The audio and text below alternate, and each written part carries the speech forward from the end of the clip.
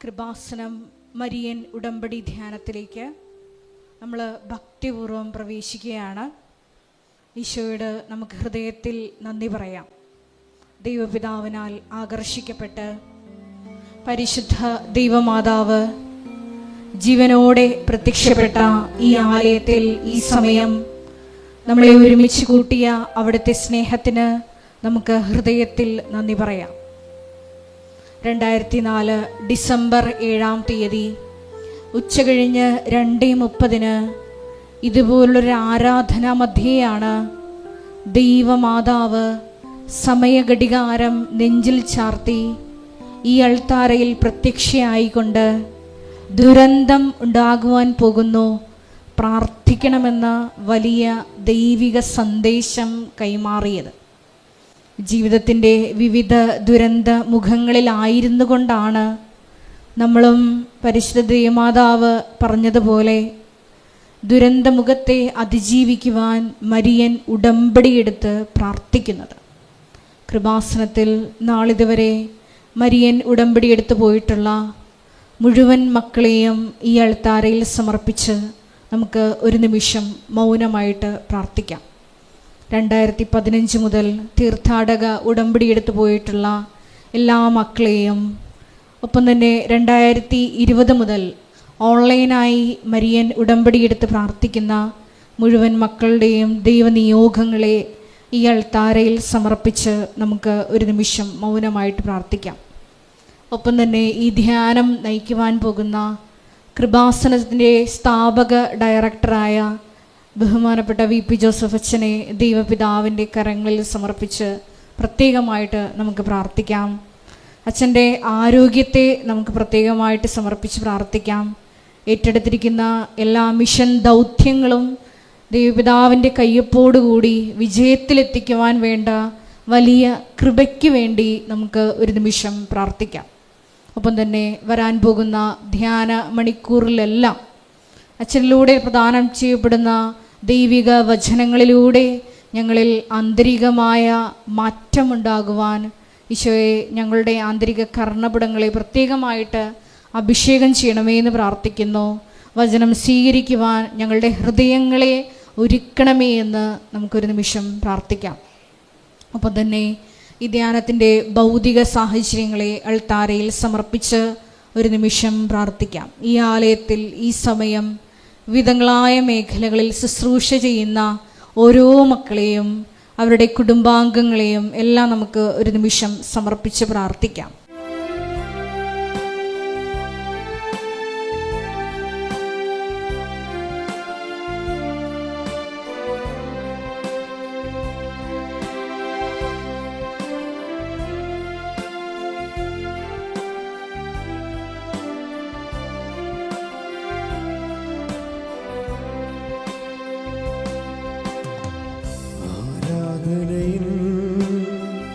നായകനെ അങ്ങേ ഞാൻ ആരാധിക്കും, അഭിഷേകത്തെ തരുന്നവനെ അങ്ങേ ഞാൻ ആരാധിക്കും. ദൈവസ്നേഹത്തോടെ ചേർന്ന് പാടാം.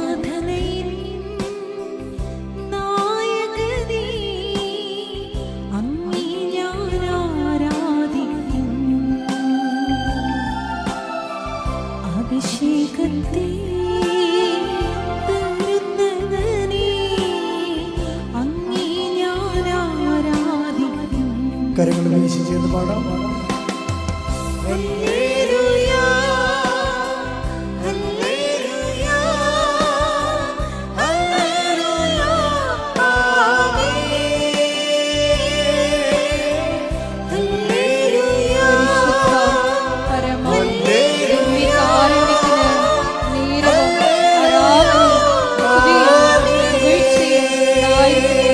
പരിശുദ്ധ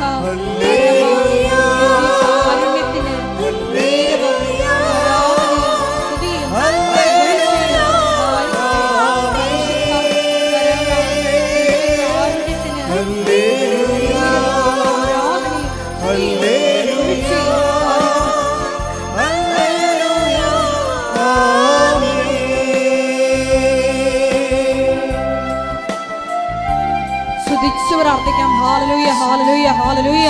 ഇത്രയും വിധങ്ങളായ ജീവിത ദുരിതങ്ങളിലൂടെ കടന്നു പോകുന്ന മക്കളെ പ്രത്യേകമായിട്ട് ഈ അൾത്താരയിൽ സമർപ്പിച്ച് പ്രാർത്ഥിക്കുന്നു. അമ്മയുടെ വലിയ മധ്യസ്ഥം ഈ ആരാധനയോടെ അനുഭവേദ്യമാക്കണമേ എന്ന് പ്രാർത്ഥിക്കുന്നു. വേഗം സാക്ഷ്യം പറയാനുള്ള കൃപ ആ മക്കൾക്ക് നൽകണമേ എന്ന് പ്രാർത്ഥിക്കുന്നു. ഹല്ലേലൂയ, ഹല്ലേലൂയ. ആദിയും നീയേ അന്തവും നീയേ അങ്ങേ ഞാൻ ആരാധിക്കും.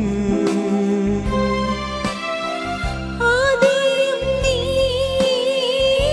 അന്തവും നീ അങ്ങേ ഞാൻ ആരാധിക്കും. വഴിയും നീയേ സത്യവും നീയേ അങ്ങേ ഞാൻ ആരാധിക്കും. വഴിയും നീ സത്യവും നീ അങ്ങേ ഞാൻ ആരാധിക്കും. അങ്ങേ ഞാൻ ആരാധിക്കും. യേശുവേ അങ്ങേ ഞാൻ ആരാധിക്കും. കരങ്ങൾ വീശി ഒന്ന് ചേർന്ന് ഹല്ലേലൂയ, ഹല്ലേലൂയ, ഹല്ലേലൂയ, ആമേൻ.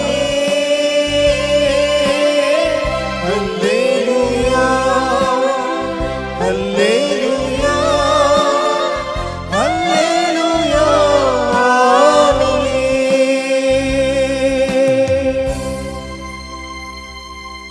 പരിശുദ്ധ പരമദിവ്യകാരുണ്യത്തിന് നേരവും ആരാധനയും സ്തുതിയും പുകഴ്ചയും ഉണ്ടായിരിക്കട്ടെ. പരിശുദ്ധ പരമദിവ്യകാരുണ്യത്തിന് നേരവും ആരാധനയും സ്തുതിയും പുകഴ്ചയും ഉണ്ടായിരിക്കട്ടെ.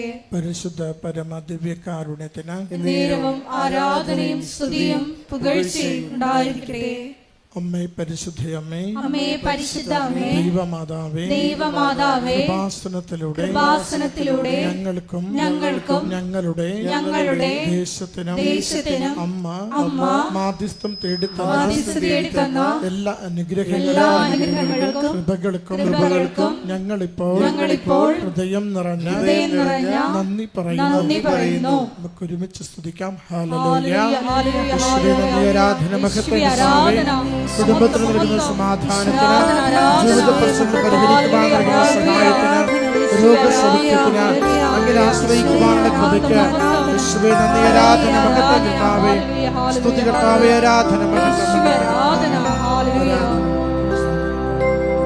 ഹല്ലേലൂയ, ഹല്ലേലൂയ, ഹല്ലേലൂയ, ആമേൻ. ഹല്ലേലൂയ, ഹല്ലേലൂയ, ഹല്ലേലൂയ, ആമേൻ. പരിശുദ്ധ പരമദിവ്യകാരുണ്യത്തിന് നേരവും ആരാധനയും സ്തുതിയും പുകഴ്ചയും ഉണ്ടായിരിക്കട്ടെ. പരിശുദ്ധ പരമദിവ്യകാരുണ്യത്തിന് നേരവും ആരാധനയും സ്തുതിയും പുകഴ്ചയും ഉണ്ടായിരിക്കട്ടെ. പരിശുദ്ധ പരമദിവ്യകാരുണ്യത്തിന് നേരവും ആരാധനയും സ്തുതിയും പുകഴ്ചയും ഉണ്ടായിരിക്കട്ടെ. അമ്മേ പരിശുദ്ധയമ്മേ, അമ്മേ പരിശുദ്ധ അമ്മേ, ദൈവമാതാവേ, ദൈവമാതാവേ, 2004 ഡിസംബർ 7-ാം തീയതി ഉച്ചകഴിഞ്ഞ് 2:30 കൃപാസനത്തിൽ സംഭവിച്ച അമ്മയുടെ പ്രത്യക്ഷപ്പെടലിനെ കുറിച്ച് തിരുസഭയ്ക്ക് സമർപ്പിച്ചിരിക്കുന്ന പഠനരേഖകളുടെ വസ്തുനിഷ്ഠവും ദൈവശാസ്ത്ര വിധിപ്രകാരമുള്ളതുമായ അന്വേഷണ പഠനങ്ങൾ നടത്തി ആ പ്രത്യക്ഷപ്പെടലിലൂടെ പ്രകടമായ ദൈവമാതാവിന്റെ പ്രത്യേക കരുതലും സംരക്ഷണവും വെളിപ്പെടുത്തുന്ന പീഡിതരുടെ ആശ്വാസവും പ്രവാചകന്മാരുടെ രാജ്ഞിയും വാഗ്ദാനത്തിന്റെ പേടകവും പ്രപഞ്ച പ്രകൃതിയുടെ മാതാവുമായ പിതാവുമായ പരിശുദ്ധ അമ്മയുടെ പരിശുദ്ധ അമ്മയുടെ ഭക്തി തിരുസഭയിൽ കൂടുതൽ പ്രചരിച്ച് ജീവിതത്തിന്റെ ദുരിത ദുരന്ത അവസ്ഥകളിൽ അകപ്പെട്ട് കഴിയുന്ന അനേകായിരം മക്കൾക്ക് ദൈവത്തിന്റെ സാന്നിധ്യവും സന്ധിപ്പും കൂടുതൽ അനുഭവിക്കുക വഴി ആത്മീയ വിശുദ്ധിയും ദൈവശക്തിയും കൈവരിക്കുവാൻ ഞങ്ങളുടെ കുടുംബങ്ങളെ ഇടയാക്കണമേ. ഒരുമിച്ച് സ്തുതിക്കാം. ഹല്ലേലൂയ. യേശുവേ നന്ദി കർത്താവേ. ആരാധന മഹത്വം കർത്താവേ. ഈ ധ്യാനത്തിലൂടെ സന്ദേശങ്ങൾ നൽകി സഹായിക്കണമേ. രോഗങ്ങളെ സൗഖ്യപ്പെടുത്തണമേ. ജീവിത പ്രശ്നങ്ങൾക്ക് പരിഹാരം നൽകണമേ. കടബാധ്യതകൾ മോചിപ്പിക്കണമേ. സ്ഥലസംബന്ധമായ വിഷയങ്ങൾക്ക് പരിഹാരം നൽകണമേ. വിദേശ യാത്രയുടെ തടസ്സങ്ങൾ നീക്കണമേ. ആഗ്രഹിച്ച് പ്രാർത്ഥിക്കുന്ന നിയോഗങ്ങളെ അനുഗ്രഹിക്കണമേ. ഹല്ലേലൂയ കർത്താവേ. ആരാധന മഹത്വം കർത്താവേ. സ്തുതി കർത്താവേ. ആരാധന ആരാധന ആരാധന ആരാധന മഹത്വം. ഹല്ലേലൂയ ഹല്ലേലൂയ ഹല്ലേലൂയ ആമേൻ. ഹല്ലേലൂയ ഹല്ലേലൂയ ഹല്ലേലൂയ ആമേൻ. പരിശുദ്ധ പരമദിവ്യകാരുണ്യത്തിന് നേരവും ആരാധനയും സ്തുതിയും പുകഴ്ചയും ഉണ്ടായിരിക്കട്ടെ. പരിശുദ്ധ പരമദിവ്യകാരുണ്യത്തിന് നേരവും ആരാധനയും സ്തുതിയും പുകഴ്ചയും ഉണ്ടായിരിക്കട്ടെ. പരിശുദ്ധ പരമദിവ്യകാരുണ്യത്തിന് നേരവും ആരാധനയും സ്തുതിയും പുകഴ്ചയും ഉണ്ടായിരിക്കട്ടെ. അമ്മേ പരിശുദ്ധ അമ്മേ, അമ്മേ പരിശുദ്ധ അമ്മേ, ഭൂസ്വർലോകങ്ങളുടെ ഭൂസ്വർലോകങ്ങളുടെ രാജ്ഞിയായ അങ്ങയ്ക്ക് ഭൂമസംരക്ഷണത്തിനായി പ്രപഞ്ച പ്രകൃതിയെ തന്നെ തിരുസഭ പ്രതിഷ്ഠിക്കുവാൻ ഈ പ്രത്യക്ഷീകരണം വഴി ഇടയാക്കണമേ. പരിശുദ്ധമേ, ജപമാല മാതാവേ, സകല കൃപാസനം പ്രാർത്ഥനകളോടും ചേർത്ത് ഞങ്ങളിപ്പോൾ പ്രാർത്ഥിക്കുന്ന ഈ സമൂഹത്തിന്റെ പ്രത്യേക നിയോഗവും നമ്മുടെ എല്ലാ അപേക്ഷകളും ആവശ്യങ്ങളും കൃപാസന മാതാവിന്റെ സംരക്ഷണയിൽ ദിവ്യകാരുണ്യനാഥന് സമർപ്പിക്കാം.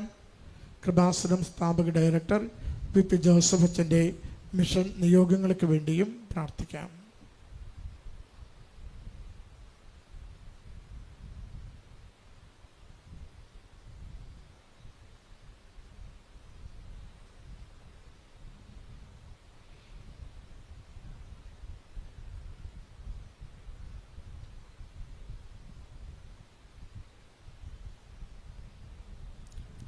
അമ്മയുടെ പ്രത്യക്ഷീകരണത്തിന്റെ ഈ അനുഗ്രഹ വേളയിൽ ഞങ്ങൾക്ക് സാധിച്ചു തരുവാൻ കനിയണമേ. ആമേൻ. ഒരുമിച്ച് സ്തുതിക്കാം. ഹല്ലേലൂയ. യേശുവേ സ്തുതി ആരാധന കർത്താവേ. ധ്യാനം നയിക്കുന്ന ജോസഫ് അച്ഛനെ ഇവിടുന്ന് കൃപയാൽ സംരക്ഷിക്കണമേ. അച്ഛന്റെ അതിരത്തിലൂടെ ഞങ്ങളുടെ ജീവിതത്തിന് ആവശ്യമായ സന്ദേശങ്ങൾ, വചനങ്ങൾ, ആത്മീയ ഉണർവ് നൽകി ഞങ്ങളെ പരിപാലിക്കണമേ. ഉടമ്പടി ധ്യാനത്തിലായിരിക്കുന്ന ഓരോ മകനെയും മകളെയും ആയിരിക്കുന്ന ഇടങ്ങളിൽ ഇവിടുന്ന് അനുഗ്രഹിക്കുകയും അമ്മയുടെ സംരക്ഷണയിൽ ഓരോ ദിനവും ജീവിതം നയിക്കുവാൻ അവിടുന്ന് സഹായിക്കുകയും ചെയ്യണമേ. ഹല്ലേലൂയ. സ്തുതി കർത്താവേ. ആരാധന മഹത്വം കർത്താവേ. സ്തുതി ആരാധന മഹത്വം ആരാധന. നമുക്കെല്ലാവർക്കും എഴുന്നേറ്റ് നിന്നുകൊണ്ട് ഗായക സംഘത്തോട് ചേർന്ന് കരങ്ങളടിച്ച് ദൈവസ്നേഹത്തോടെ ദൈവത്തെ മഹത്വപ്പെടുത്തി പാടി പ്രാർത്ഥിക്കാം.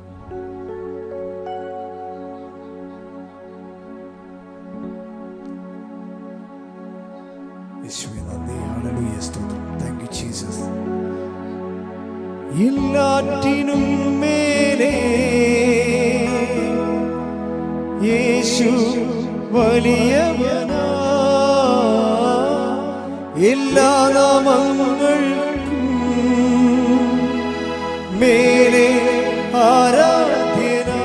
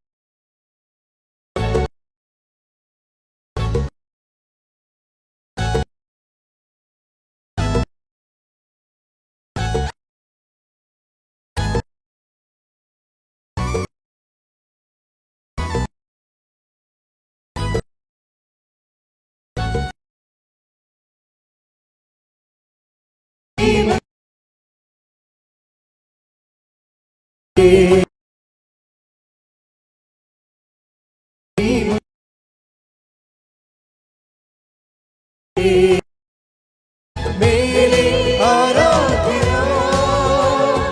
എല്ലാ നാമങ്ങൾക്കും മേലെ ആരാധ്യ എല്ലാ നാമങ്ങൾക്കും മേലെ ആരാധ്യ.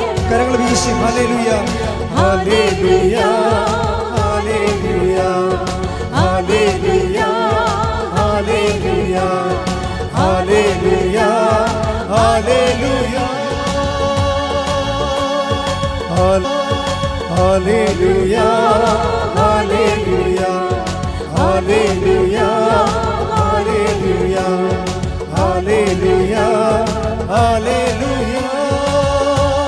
കരങ്ങൾ ഉയർത്തിയടിച്ച് സ്തുതിക്കട്ടെ. ഹല്ലേലൂയ ഹല്ലേലൂയ. യേശുവേ നന്ദി. ഹല്ലേലൂയ ഹല്ലേലൂയ. ആരാധന ആരാധന ആരാധന. ആരാധന ആരാധന ഈശോ നന്ദി ഈശോ സ്തുതി ഈശോ ആരാധന ആരാധന ഹല്ലേലൂയ ഹല്ലേലൂയ യേശുവേ ആരാധന ആരാധന ആരാധന മഹത്വം ആരാധന ആരാധന ഹല്ലേലൂയ ഹല്ലേലൂയ ഈശോയെ നന്ദി ആരാധന ആരാധന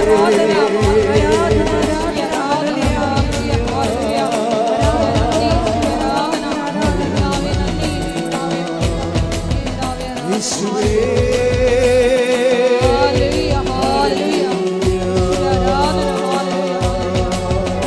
യേശുവേ ഹല്ലേലൂയ യേശുവേ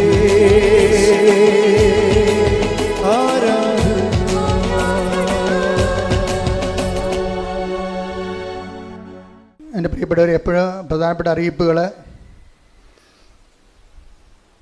ഒന്നാമത്തെ അറിയിപ്പെന്ന് പറയുന്നത് കൃപാസനത്തിലെ ഏറ്റവും വലിയ നേർച്ച ഉടമ്പടിയാണ്.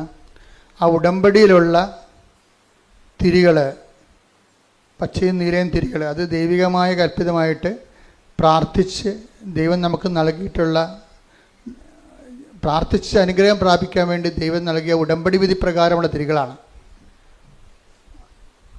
അത് അങ്ങനെ ഉടമ്പടി തിരിയാണെന്ന രീതിയിൽ ആൾക്കാരെ തെറ്റിദ്ധരിപ്പിച്ചുകൊണ്ട് പച്ച നീലം തിരികൾ ആൾക്കാർ ചന്തയിൽ പുറത്ത് കൊണ്ടുവന്ന് കൊടുക്കുന്നുണ്ട്. എന്നിട്ട് അച്ഛൻ വെഞ്ചരിച്ചതാണെന്ന് പറയുന്നുണ്ട്. അതൊന്നും അച്ഛൻ വെഞ്ചരിച്ചതല്ല, അതവിടെ കള്ളത്തരമാണ്. അവർ ഒരു വിശുദ്ധി ഇല്ലാതെ സംസാരിക്കുന്ന പോലെ ഞാൻ കേട്ടിട്ടുണ്ട്. ഇവിടെ ചില സമയത്തൊക്കെ അവർ തമ്മിൽ തന്നെ വഴക്കുകളൊക്കെ ഉണ്ടാക്കുമ്പോൾ നമ്മൾ തീർത്ഥാടന കേന്ദ്രത്തിനും അമ്മ മാതാവ് പ്രത്യക്ഷപ്പെട്ട് ദൈവികമായ സന്നിധാനത്തിൻ്റെ ഒരു വിശുദ്ധി സൂക്ഷിക്കാതെയൊക്കെ സംസാരിക്കുന്നുണ്ട്. അപ്പോൾ അത് ഭയങ്കര ബുദ്ധിമുട്ടായിട്ടുള്ള കാര്യം, പ്രാർത്ഥിക്കേണ്ട ഒരു വിഷയമാണത്. അതേസമയം നമ്മൾ ശ്രദ്ധിക്കേണ്ട വേറൊരു കാര്യം വെച്ചാൽ പോലീസ് തന്നെ ഇതിനകത്ത് ഇടപെട്ടിട്ടുണ്ട്. പോലീസ് പറഞ്ഞിരിക്കുന്നത് ഇവിടെ ഇത്രയും തിരികളിങ്ങനെ ആളിക്കത്തിക്കുമ്പോൾ ഈ ചൂട് കാലത്ത് തീപിടുത്തം ഉണ്ടായാൽ അച്ഛൻ സമാധാനം പറയുമെന്നാണ് പറഞ്ഞിരിക്കുന്നത്. അപ്പോൾ അതുകൊണ്ട് പോലീസിൻ്റെ നിർദ്ദേശപ്രകാരം നമ്മൾ ഈ തിരികത്തിക്കാൻ അനുവാദമില്ലാർക്കും. 15 അതായത് 50 മീറ്റർ ചുറ്റളവിൽ, കൃപാസനത്തിൻ്റെ 50 മീറ്റർ ചുറ്റളവിൽ തിരികത്തിക്കാൻ അവകാശമില്ല. അതായത് തിരികത്തിക്കാൻ പാടില്ല. അത് ഈ ഫയറിൻ്റെ വിഷയമാണത്. കയറി പിടിച്ചു കഴിഞ്ഞാൽ പിന്നെ മൊത്തം കത്തും. ഈ സമയത്ത് പിന്നെ എന്തെങ്കിലുമൊക്കെ സംഭവിച്ചു കഴിഞ്ഞിട്ട് പിന്നെ നമ്മൾ അച്ഛനെ കുറ്റം പറഞ്ഞൊരു കാര്യമില്ല. അപ്പം അതുകൊണ്ട് പോലീസ് തന്നെ ഇപ്പം തിരികത്തിക്കൽ നിരോധിച്ചിരിക്കുകയാണ്. അതുകൊണ്ട് ആരും തിരികത്തിക്കാൻ നിൽക്കരുത്. തിരികത്തിക്കാൻ വേണ്ടി ആരും തിരി വാങ്ങിക്കുകയും ചെയ്യരുത്. കാര്യം കത്തിക്കാൻ പറ്റത്തില്ല ഇവിടെ. ചിലർ പറയും തിരി കൊണ്ടുവന്ന് വെച്ചാൽ മതി, അവിടെ അങ്ങ് വെക്കാൻ പാടില്ല. അങ്ങനെ അനുവദിച്ചിട്ടില്ല ഇവിടെ. തിരി വെക്കാൻ പോലും അനുവദിച്ചിട്ടില്ല. ഉടമ്പടിക്ക് മാത്രമേ തിരിയുള്ളൂ. അത് ഓഫീസിൽ നിന്ന് ലഭിക്കും. അത് പ്രാർത്ഥിച്ച് വീട്ടിൽ കൊണ്ടുപോയിട്ടാണ് അത് കത്തിക്കേണ്ടത്. ഈ പ്രദേശത്തൊന്നും ചെയ്യാൻ പാടില്ല. പ്രത്യേകം ശ്രദ്ധിക്കണമെന്ന് ഓർപ്പിക്കുന്നതാണ്. അതുപോലെ തന്നെ ഇവിടെ പ്രാർത്ഥനയ്ക്ക് വരുന്നവരെ വഴി പിടിച്ചു നിർത്തുക, അവരെ തിരി വാങ്ങിക്കാത്തൊരു അസഭ്യം പറയുക, അങ്ങനെ കുറേ കംപ്ലൈൻറ്റുകൾ പോലീസിൽ പോയിട്ടുണ്ട്. അപ്പോൾ അത് നമ്മുടെ ധ്യാനകേന്ദ്രത്തിൻ്റെ ഒരു വിശുദ്ധി നഷ്ടപ്പെടുന്ന രീതിയിലാണ് ചില ആൾക്കാർ പെരുമാറുന്നത്. അത് എപ്പോഴും ശ്രദ്ധിക്കണം. ഇതിന് അച്ഛൻ വെഞ്ചരിച്ചാണെന്ന് പറഞ്ഞാണ് അവർ അതൊക്കെ ചെയ്യണത്. അതൊക്കെ തെറ്റായ കാര്യങ്ങളാണ്. അങ്ങനെ ഒന്നും അച്ഛൻ പറഞ്ഞിട്ടില്ല. അതുപോലെ തന്നെ കൃപാസനത്തിൻ്റെ പേരിൽ സാമ്പത്തികമായ കാര്യങ്ങൾ ചോദിക്കുകയോ കൊടുക്കുകയോ ചെയ്യുന്നതൊന്നും അച്ഛൻ അറിയാത്ത വിഷയങ്ങളാണ്. അങ്ങനെ കൃപാസനത്തിൻ്റെ വിഷയങ്ങളല്ല. അതൊക്കെ അവർക്ക് പൈസ ഉണ്ടാക്കാൻ വേണ്ടി അവർ ചെയ്യുന്ന രീതിയിലുള്ള ഈ ഓൺലൈൻ തട്ടിപ്പുകളാണ്. അതിൽ വീഴരുതെന്ന് കൂടി പ്രത്യേകം ഓർപ്പിക്കുന്നു. മെയ് മാസം മാതാവിൻ്റെ മാസമാണ്. കൃപാസനത്തിൻ്റെ അനുഗ്രഹത്തിൻ്റെ 2 സീസണാണുള്ളത്. ഒന്ന് ഒക്ടോബർ മാസം ജോമാല റാലി, രണ്ടാമത്തെ മെയ് മാസം മാതാവിൻ്റെ വണക്കം ആൾക്കാർ ഏറ്റെടുത്ത് നടത്തുന്നതാണ്. വണക്കം ഏറ്റെടുത്ത് നടത്താൻ ആഗ്രഹിക്കുന്ന ഒരു കൗണ്ടറിൽ നിന്ന് വണക്കത്തിൻ്റെ ചീട്ടുകൾ ലഭിക്കുന്നതാണ്. നിങ്ങളുടെ നിയോഗം അവിടെ എഴുതി കൊടുത്താൽ മതിയാകും. മൂന്നാമത്തെ അറിയിപ്പ്, വളരെ കൃത്യമായ രീതിയിൽ ഭംഗിയായിട്ട് ദൈവപരിപാലനയോടുകൂടി ശുശ്രൂഷ ചെയ്യുന്ന 6 സിസ്റ്റേഴ്സ് നമുക്കുണ്ട്. അതിൽ 1-2 പേര് ഇപ്പോഴേ അവിടെ ശുശ്രൂഷ പൂർത്തിയായപ്പോൾ അവർ തിരിച്ചു പോവുകയാണ്. അപ്പോൾ ആ ഇടത്തിലേക്ക് ബഹുമാനപ്പെട്ട സിസ്റ്റേഴ്സിന് വരാവുന്നതാണ്. ആർക്കെങ്കിലും കൃപാസനത്തിൽ 1 വർഷം പ്രേക്ഷിത വേല ചെയ്യണമെന്ന് ആഗ്രഹിക്കുന്ന ബഹുമാനപ്പെട്ട സിസ്റ്റേഴ്സിന് സഭയുടെ അനുഭവത്തോട് വരാവുന്നതാണ്. അവരുടെ പ്രൊവിൻഷ്യലിൻ്റെ കത്തോടു കൂടി കൃപാസനത്തിൽ വന്ന് 1 കൊല്ലം അവർ താമസിക്കാനുള്ള ഇടമുണ്ട്. മഠം പോലെയുള്ള ദൈവാരാധനയുടെ സ്ഥലമാണ്. അവർക്കവിടെ പ്രാർത്ഥിക്കാൻ കഴിയും. അവരുടെ ഇവിടുത്തെ ശുശ്രൂഷ കഴിഞ്ഞിട്ട് അവർക്ക് മഠത്തിലൊക്കെ പിന്തിരിഞ്ഞ് അവിടെ പ്രാർത്ഥിക്കാനും അവരുടെ സമർപ്പണ ജീവിതം കേടില്ലാതെ കണ്ടിന്യൂ ചെയ്യാനും കഴിയും. അപ്പോൾ അതുകൊണ്ട് ബഹുമാന സിസ്റ്റേഴ്സിന് പ്രത്യേകം സ്വാഗതം കൃപാസനത്തിൽ ശുശ്രൂഷ ചെയ്യുന്നതിന് വേണ്ടി. പിന്നെ കൃപാസനത്തിൽ ഫ്രീ ആയിട്ട് സേവനം ചെയ്യുന്ന ഒത്തിരി നേഴ്സുമാരും മറ്റവർക്കുണ്ട്. അതായത് അവർ പത്രം മടക്കുകയും തിരി പൊതുകയും ഇങ്ങനെ കുറേ കാര്യങ്ങൾ ചെയ്യും. അപ്പോൾ അവർ 2 മാസമൊക്കെ ചിലപ്പോൾ ചെയ്യും, ചിലപ്പോൾ 3 മാസം ചെയ്യും. അങ്ങനെ ചെയ്യുന്നവർക്കും അതുപോലെ തന്നെ കൃപാസനത്തിൽ വന്ന് ജോലി ചെയ്യുന്നതിനുള്ള അത് മാനേജറുമായിട്ട് കണ്ടാൽ മതി. അതിനുള്ളവർക്ക് സൗകര്യപ്പെടുത്തി തരുന്നതായിരിക്കും. കുറേ ചെറുപ്പക്കാർ വരുന്നുണ്ട്. അപ്പോൾ അവർ ചിലപ്പോൾ യൂറോപ്പിലൊക്കെ പോകാൻ വേണ്ടി നിൽക്കുന്ന ഒരു സമയമാകും. അപ്പോൾ അവരുടെ പ്ലെയിൻ ടിക്കറ്റ് ആകുന്നവരെ ആ ടൈം വരെ അവർ കൃപാസനത്തിൽ മാതാവിന് ശുശ്രൂഷ ചെയ്യുന്ന ഒത്തിരി പേരുണ്ട്. അതിലേക്ക് ആ കൂട്ടായ്മയിലേക്ക് നിങ്ങൾക്ക് സ്വാഗതം മാനേജറുമായിട്ട് കോൺടാക്റ്റ് ചെയ്യുക. പിന്നെ അതുപോലെ തന്നെ കൃപാസനത്തിൻ്റെ ശുശ്രൂഷ അമ്മയുടെ പ്രത്യക്ഷീകരണത്തിൻ്റെ സമർപ്പണ ജീവിതം നയിക്കാൻ വേണ്ടി ഇപ്പം ജോമോൾ സിസ്റ്ററിനെ പോലെ ഇവിടെ സ്ഥിരമായിട്ട് 12 കൊല്ലം അവർ വന്നിട്ട് അവർ വന്ന ശേഷം ഒത്തിരിയേറെ മാറ്റങ്ങൾ ആ ശുശ്രൂഷ മേഖല ഉണ്ടായിട്ടുണ്ട്. അതുപോലെ കൃപാസനത്തിൻ്റെ മിഷൻ ഏറ്റെടുത്തിട്ട് ചെയ്യാൻ ആഗ്രഹിക്കുന്ന ആ പ്രായമുള്ളവരിൽ നിന്ന് അതുപോലെ തന്നെ അപേക്ഷകൾ ക്ഷണിക്കുന്നുണ്ട്. അവർ ഈ നമ്പറിൽ വിളിക്കേണ്ടതാണ് 8281297511. ഈ നമ്പറിൽ വിളിച്ചിട്ട് നിങ്ങൾക്ക് ഏപ്രിൽ മാസം മുതൽ ജോയിൻ ചെയ്യാവുന്നതാണ്. അതാണ് ആദ്യം കമാൻസി പ്രോഗ്രാമാണ്. അതിനുശേഷമായിരിക്കും നിങ്ങളുടെ നിയോഗമനുസരിച്ചുള്ള ശുശ്രൂഷകൾ നിങ്ങളെ ഏൽപ്പിക്കുക. പരിശുദ്ധ പരമ ദിവ്യകാരുണ്യത്തിന് പരിശുദ്ധ പരമ ദിവ്യകാരുണ്യത്തിന് പരിശുദ്ധ പരമ ദിവ്യകാരുണ്യത്തിന് എല്ലാവരും ഭക്തിയോടെ പ്രാർത്ഥന. വെള്ളത്തിൻ്റെ ഒരു ഒഴുക്കാണ്. വെള്ളത്തിൻ്റെ ഒഴുക്കിനുള്ള പ്രകൃതി നിയമം ഒഴുക്കിനെ തടയാതിരിക്കുക എന്നുള്ളതാണ്.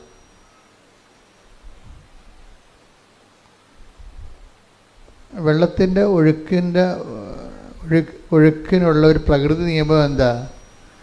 അവിടെ മാനുഷികമായ ഇടപെടൽ ഒഴുക്കിനെ തടയാതിരിക്കുക. ഇപ്പം മദ്രാസിലൊക്കെ വെള്ളപ്പൊക്കം വന്നപ്പോൾ അതിൻ്റെ പഴയ മദ്രാസ് പട്ടണത്തിൻ്റെ പഴയ ബ്ലൂ പ്രിൻറ്റിൽ ഒത്തിരിയേറെ അരുവികളും പുഴകളും ഒഴുകിക്കൊണ്ടിരുന്ന സ്ഥലമാണ്. പിന്നീട് പിന്നീട് വേനൽക്കാലം വന്നപ്പോൾ ആൾക്കാർ വെള്ളം ഒഴുക്കിനെക്കുറിച്ച് മറന്നു, അവിടെ എല്ലാം വീട് വെച്ചു. പിന്നീട് മഴ വന്നപ്പോൾ സ്വാഭാവികമായിട്ട് വെള്ളം ഒഴുകണ സ്ഥലത്ത് കൂടി വെള്ളം ഒഴുകിപ്പോയപ്പോൾ തടസ്സമുള്ളത് കൊണ്ട് വെള്ളപ്പൊക്കം ഉണ്ടായി. അതാണ്ട് ഇതുപോലെ തന്നെ ഉടമ്പടിക്കൊരു സ്വാഭാവികമായ ഒഴുക്കുണ്ട്. ആ സ്വാഭാവികമായ ഉടമ്പടി ഒഴുക്കിന് അങ്ങനെ വിട്ടുകൊടുത്താൽ മതി. അപ്പം എന്താ സംഭവിക്കുന്നത്? ബാക്കി ഇതിൻ്റെ അകത്തുള്ള നമുക്ക് കൃപാസനത്തിൽ മരിയൻ ഉടമ്പടിക്ക് റിസ്ക് ഇല്ലാത്തത് എന്താണെന്നറിയാവോ? റിസ്ക് ഇല്ലാത്തതിന് കാരണം പല വിഷയങ്ങൾ ഞാനൊരു സാക്ഷ്യം കേട്ടുകൊണ്ടിരിക്കുകയായിരുന്നു. അപ്പോൾ ആ സാക്ഷ്യത്തിൽ ഒരു പ്രൊഫസറാണ്, പ്രൊഫസർ ടോയ് തോമസ്. അപ്പം അദ്ദേഹത്തിൻ്റെ വൈഫിനാണ് അസുഖം. അസുഖം ക്യാൻസറാണ്. അതിവിടെ വന്ന് ഉടമ്പടി ചെയ്തു. ആദ്യത്തെ പ്രാവശ്യം അച്ഛനെ കണ്ടു. പിന്നെ കാര്യമായ ഒരു ഭേദം ഈ രോഗത്തിനുണ്ടാകുന്നുണ്ട്. അപ്പോൾ വീണ്ടും അവർ ഇവിടെ അച്ഛനെ കാണാൻ വന്നു. അപ്പോൾ ഓഫീസിൽ നിന്ന് പറഞ്ഞു 90 പ്രാവശ്യം കണ്ടതിന് ശേഷം പിന്നീട് 90 ദിവസം കഴിഞ്ഞിട്ടില്ല, അപ്പോൾ അവിടെ കാണാൻ പ്രയാസമാണെന്ന് പറഞ്ഞ് അവർ പറഞ്ഞ് മടക്കി വിട്ടു. അത് കറക്റ്റായ കാര്യമാണ്. ഒരു പ്രാവശ്യം കണ്ടു കഴിഞ്ഞാൽ പിന്നീട് കാണണമെങ്കിൽ കാര്യം ഉടമ്പടി എന്ന് പറയണത് അച്ഛനെ കാണുന്നതല്ല പ്രശ്നം, അവൻ പറയണത് പോലെ ചെയ്ത് ജീവിക്കുന്ന വിഷയമാണ്. അവിടെ അച്ഛനെ കാണുന്നൊരു വിഷയം അവിടെ ഇന്നത്തെ ഇല്ല. പിന്നെ എമർജൻസി ചില കാര്യങ്ങൾ നമ്മൾ കാണുന്നതേ ഉള്ളൂ. ഉടമ്പടിയുടെ ഒഴുക്കെന്ന് പറയണത് അവൻ പറയണത് പോലെ ദൈവസ്നേഹത്തോടെ ചെയ്യുന്ന കാര്യങ്ങൾ ദൈവസ്നേഹത്തോടെ ചെയ്യണമെന്നേ ഉള്ളൂ, ചെയ്ത് ജീവിക്കുക, അത്രേ ഉള്ളൂ. അല്ലാതെ എൻ്റെ സ്വാഭാവികമായ ഒഴുക്ക് അതാണ്. സ്വാഭാവികം നമുക്ക് റിസ്ക് ഇല്ലെന്ന് ഞാൻ പറഞ്ഞതിൻ്റെ കാരണം, അപ്പോൾ എല്ലാ കാര്യത്തിനും ഒരു റിസ്ക് ഉണ്ടല്ലോ. ഇപ്പം നമ്മൾ ഒരു വ്യവസായം തുടങ്ങിയാൽ പോലും ഏറ്റവും കൂടുതൽ റിസ്ക് എന്താണ്? അതിൻ്റെ മാർക്കറ്റിംഗാണ് റിസ്ക്. ഏറ്റവും കൂടുതൽ പ്രയാസമുള്ളത് അതിൻ്റെ മാർക്കറ്റിംഗാണ്. മാർക്കറ്റിംഗ് നടന്നാൽ തന്നെ ബില്ല് പാസ്സായി നമ്മുടെ അക്കൗണ്ടിലേക്ക് വരുന്നവരെ റിസ്ക് ഇങ്ങനെ കണ്ടിരിക്കും. ഉടമ്പടിക്ക് റിസ്ക് ഇല്ലെന്ന് പറഞ്ഞതിൻ്റെ കാരണം ഇത് മാതാവിൻ്റെ പ്രത്യക്ഷീകരണവുമായിട്ട് ബന്ധപ്പെട്ട് വന്നിട്ടുള്ള ഒരു ദൈവ സംവിധാനമാണ്. അതാണ് ഇതിനെക്കുറിച്ച് കൃത്യമായിട്ട് ഉടമ്പടിയെക്കുറിച്ചുള്ള first hand knowledge, primary knowledge എന്താണ്. അതൊരു ബിബ്ലിക്കൽ കോൺസെപ്റ്റാണ് കവനൻ്റ്, ദാറ്റ്സ് ഓക്കെ, ക്ലിയർ. പക്ഷേ കൃപാസനത്തിൽ ഉടമ്പടി വന്നിരിക്കുന്നതിൻ്റെ കാരണം മാതാവിൻ്റെ സമയഘടികാരം നെഞ്ചിൽ ചാർത്തിക്കൊണ്ട് 2004 ഡിസംബർ 7 ദുരന്തമുണ്ടാകാൻ പോണ് പ്രാർത്ഥിക്കണമെന്ന് പറഞ്ഞ ദൈവത്തിൻ്റെ തിരുമനസ്സുണ്ട് പ്രാർത്ഥിക്കുക. അപ്പോൾ എന്ത് പ്രാർത്ഥിക്കണം, എങ്ങനെ പ്രാർത്ഥിക്കണം, അതിൻ്റെ ഉത്തരമാണ് ഉടമ്പടി എടുത്ത് പ്രാർത്ഥിക്കുക എന്നുള്ളത്. അതാണ് പ്രാർത്ഥന. ഉടമ്പടി എടുത്ത് പ്രാർത്ഥിക്കുക. ഉടമ്പടി എടുത്ത് പറയുമ്പോൾ ദൈവവും നമ്മളും തമ്മിൽ ഒരു ബയലാറ്ററൽ എഗ്രിമെൻറ്റിൽ വിശുദ്ധീകരിച്ചും ശക്തീകരിച്ചും കൊണ്ട് ഇരിക്കുന്ന ഒരു ദൈവ പൈതലിനെ പ്രാർത്ഥിക്കാനുള്ള സ്വാഭാവികമായ ഒരു റൈറ്റുണ്ട്. അതിൻ്റെ ഒരു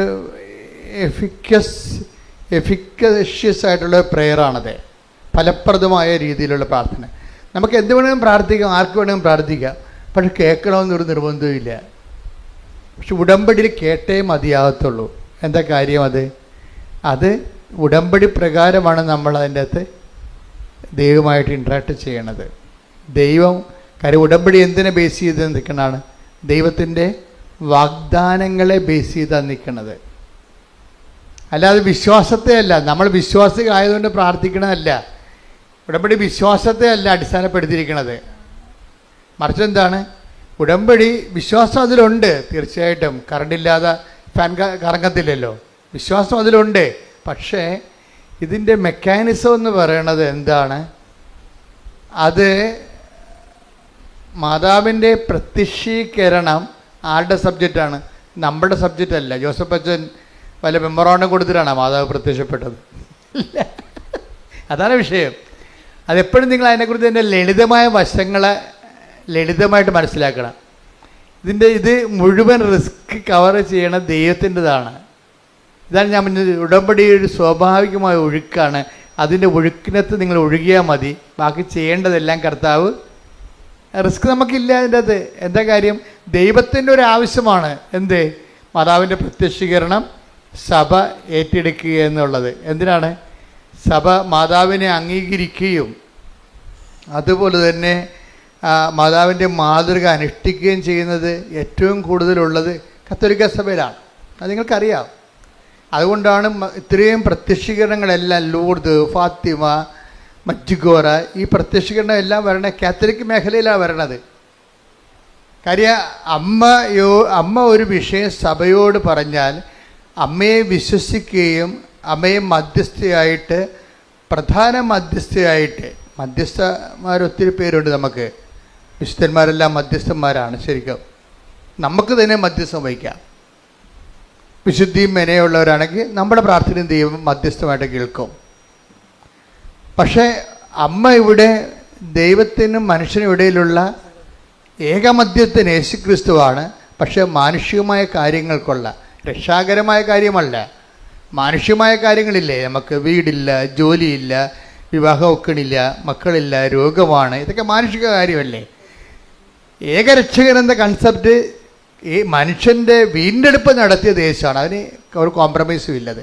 കർത്താവല്ല, വേറെ ആരും അവിടെ ഇല്ല. ആ സ്പേസിൽ ഏകരക്ഷകനായിട്ട് ക്രിസ്തു മാത്രമേ ഉള്ളൂ.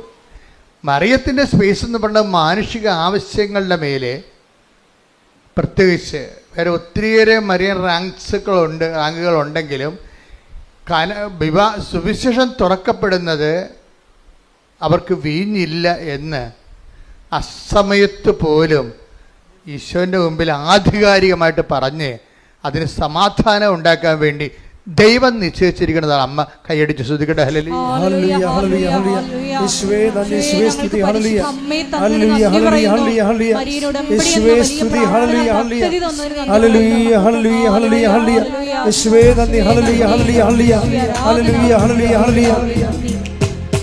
ഞങ്ങളിൽ വീഞ്ഞു തീരും മുൻപേ ഓടിയെത്തും അമ്മ, ഞങ്ങളിൽ വീഞ്ഞു തീരും മുൻപേ ഓടിയെത്തും അമ്മ, നമ്മുടെ വീഴ്ചകളിൽ തേടിയെത്തും അമ്മ, നമ്മുടെ വീഴ്ചകളിൽ തേടിയെത്തും അമ്മ.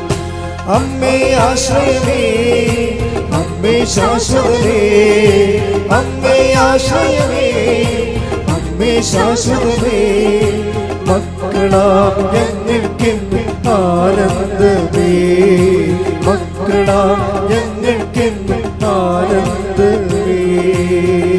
പരിശുദ്ധ പരമ ദിവ്യകാരുണ്യത്തിന് ആരാധനയും സ്തുതിയും പുകഴ്ചയും ഉണ്ടായിരിക്കട്ടെ. പരിശുദ്ധ പരമ ദിവ്യകാരുണ്യത്തിന് ആരാധനയും സ്തുതിയും പുകഴ്ചയും ഉണ്ടായിരിക്കട്ടെ. ഇപ്പൊ നമ്മൾ രണ്ട് പോയിന്റ്സിലാണ് വ്യക്തത വന്നിരിക്കുന്നത്. ഒന്നെന്താണ്?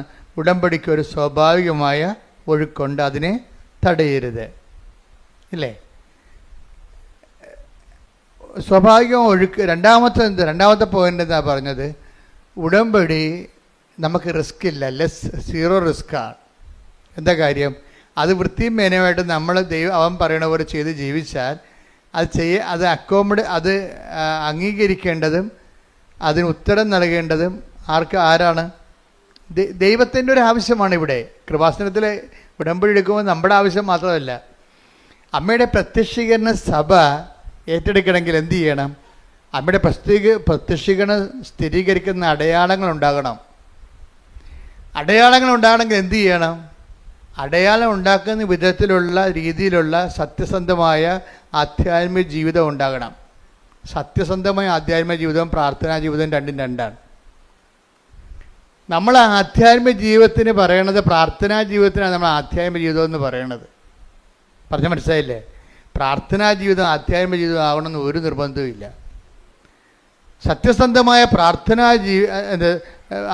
ആധ്യാത്മിക ജീവിതം ശരിക്കും പറഞ്ഞാൽ പ്രാർത്ഥനാ ജീവിതവുമായിട്ട് വ്യത്യാസമുണ്ട്. പ്രാർത്ഥനാ ജീവിതം മോശമാണെന്നല്ല പറഞ്ഞത്. സത്യസന്ധമായ ആധ്യാത്മിക ജീവിതം പ്രാർത്ഥനാ ജീവിതമാകണമെന്ന് നിർബന്ധമില്ല. എന്നുവെച്ചാൽ എല്ലാ പ്രാർത്ഥനാ ജീവിതവും ആധ്യാത്മിക ജീവിതമല്ല. അതറിയണമെന്നുണ്ടെങ്കിലേ നിങ്ങൾ 1 തിമോത്തി 4:8 എടുത്തേ. ശാരീരികമായ പരിശീലനം കൊണ്ട് ശാരീരികമായ പരിശീലനം കൊണ്ട് കുറച്ച് പ്രയോജനമുണ്ട്. എന്നാൽ ആത്മീയത എല്ലാവിധത്തിലും വിലയുള്ളതാണ്. എന്തുകൊണ്ടെന്നാൽ അത് ഈ ജീവിതത്തെയും വരാനിരിക്കുന്ന ജീവിതത്തെയും സംബന്ധിക്കുന്ന വാഗ്ദാനങ്ങൾ ഉൾക്കൊള്ളുന്നു. അപ്പോൾ വാഗ്ദാനങ്ങളിലെ ഈ ജീവിത ആധ്യാത്മികതയിൽ 2 ഘടകങ്ങളുണ്ട്. ഒന്നെന്താണ്? ഈ ജീവിതത്തെ അത് അഡ്രസ്സ് ചെയ്യുന്നുണ്ട്. ഈ ജീവിതത്തെ മാറ്റി നിർത്തിക്കൊണ്ട് തൂണുമേ സൈബന്മാരുണ്ടാക്കുന്ന പരിപാടിയില്ല. ഇപ്പം ചില ആൾക്കാർ സമൂഹത്തിൽ നിന്ന് പൂർണ്ണമായിട്ട് വിട്ടുമാറിയിട്ട് ജീവിതത്തിൻ്റെ മുഴുവനും ആഗ്രഹങ്ങൾ ബലി ചെയ്തുകൊണ്ട് സമൂഹത്തിൽ തന്നെ സ്വയം ഡിപ്രൈവ്ഡായിട്ട് വേറെ ഒരു ലോകത്ത് സ്വന്തം ഈശ്വരാനുഭവത്തിലേക്ക് പോകുന്ന അങ്ങനെ ഒരു സംഭവം ബൈബിളിലില്ല. ശാരീരികമായി ഇപ്പോൾ യോഗ പോലെയുള്ള ശാരീരികമായ അഭ്യാസങ്ങളും ആധ്യാത്മികമായിട്ട് ബൈബിൾ കാണുന്നില്ല. അതാണ് അങ്ങനെ എഴുതിയിരിക്കുന്നത്. ഒന്നിനു വായിച്ചേ. ശാരീരികമായ പരിശീലനം കൊണ്ട് ശാരീരികമായ പരിശീലനം അതൊക്കെ ഒരു ഫിസിക്കൽ എക്സർസൈസാണ്. It's okay. ഫിസിക്കൽ എക്സർസൈസും ആധ്യാത്മികതയും തമ്മിൽ യാതൊരു ബന്ധവുമില്ല. അതാ വിഷയം. ബൈബിൾ ആധ്യാത്മികതയാണ് ഞാൻ സംസാരിക്കുന്നത്. ഫിസിക്കൽ എക്സർസൈസ് അങ്ങനെ പലതരത്തിലുള്ള യോഗാസനങ്ങളുണ്ടാകും, അതുപോലെ. പക്ഷേ അതും ബൈബിളുമായിട്ട് ആധ്യാത്മികതയുമായിട്ട് ബന്ധമില്ല. ഒന്നിനു വായിച്ച ഭാഗം. ശാരീരികമായ പരിശീലനം കൊണ്ട് കുറച്ച് പ്രയോജനമുണ്ട്. കുറച്ച് പ്രയോജനമുണ്ട്. അതെ. എന്നാൽ ആത്മീയത എല്ലാവിധത്തെയും വിലയുള്ളതാണ്. എന്തുകൊണ്ടെന്നാൽ അത് ഈ ജീവിതത്തെയും വരാനിരിക്കുന്ന ജീവിതത്തെയും സംബന്ധിക്കുന്ന വാഗ്ദാനങ്ങൾ ഉൾക്കൊള്ളുന്നു. ഇതിനാണ് ഉടമ്പടി എന്ന് പറയണത്. ഉടമ്പടിയുടെ ബേസ്മെന്റ് എന്താണ്? വാഗ്ദാനമല്ലേ. ഉടമ്പടിയുടെ ബേസ്മെന്റ് എന്താണ്? വാഗ്ദാനമാണ്. ഉടമ്പടി എന്തിനാണ് ആശ്രയിച്ചിരിക്കുന്നത്?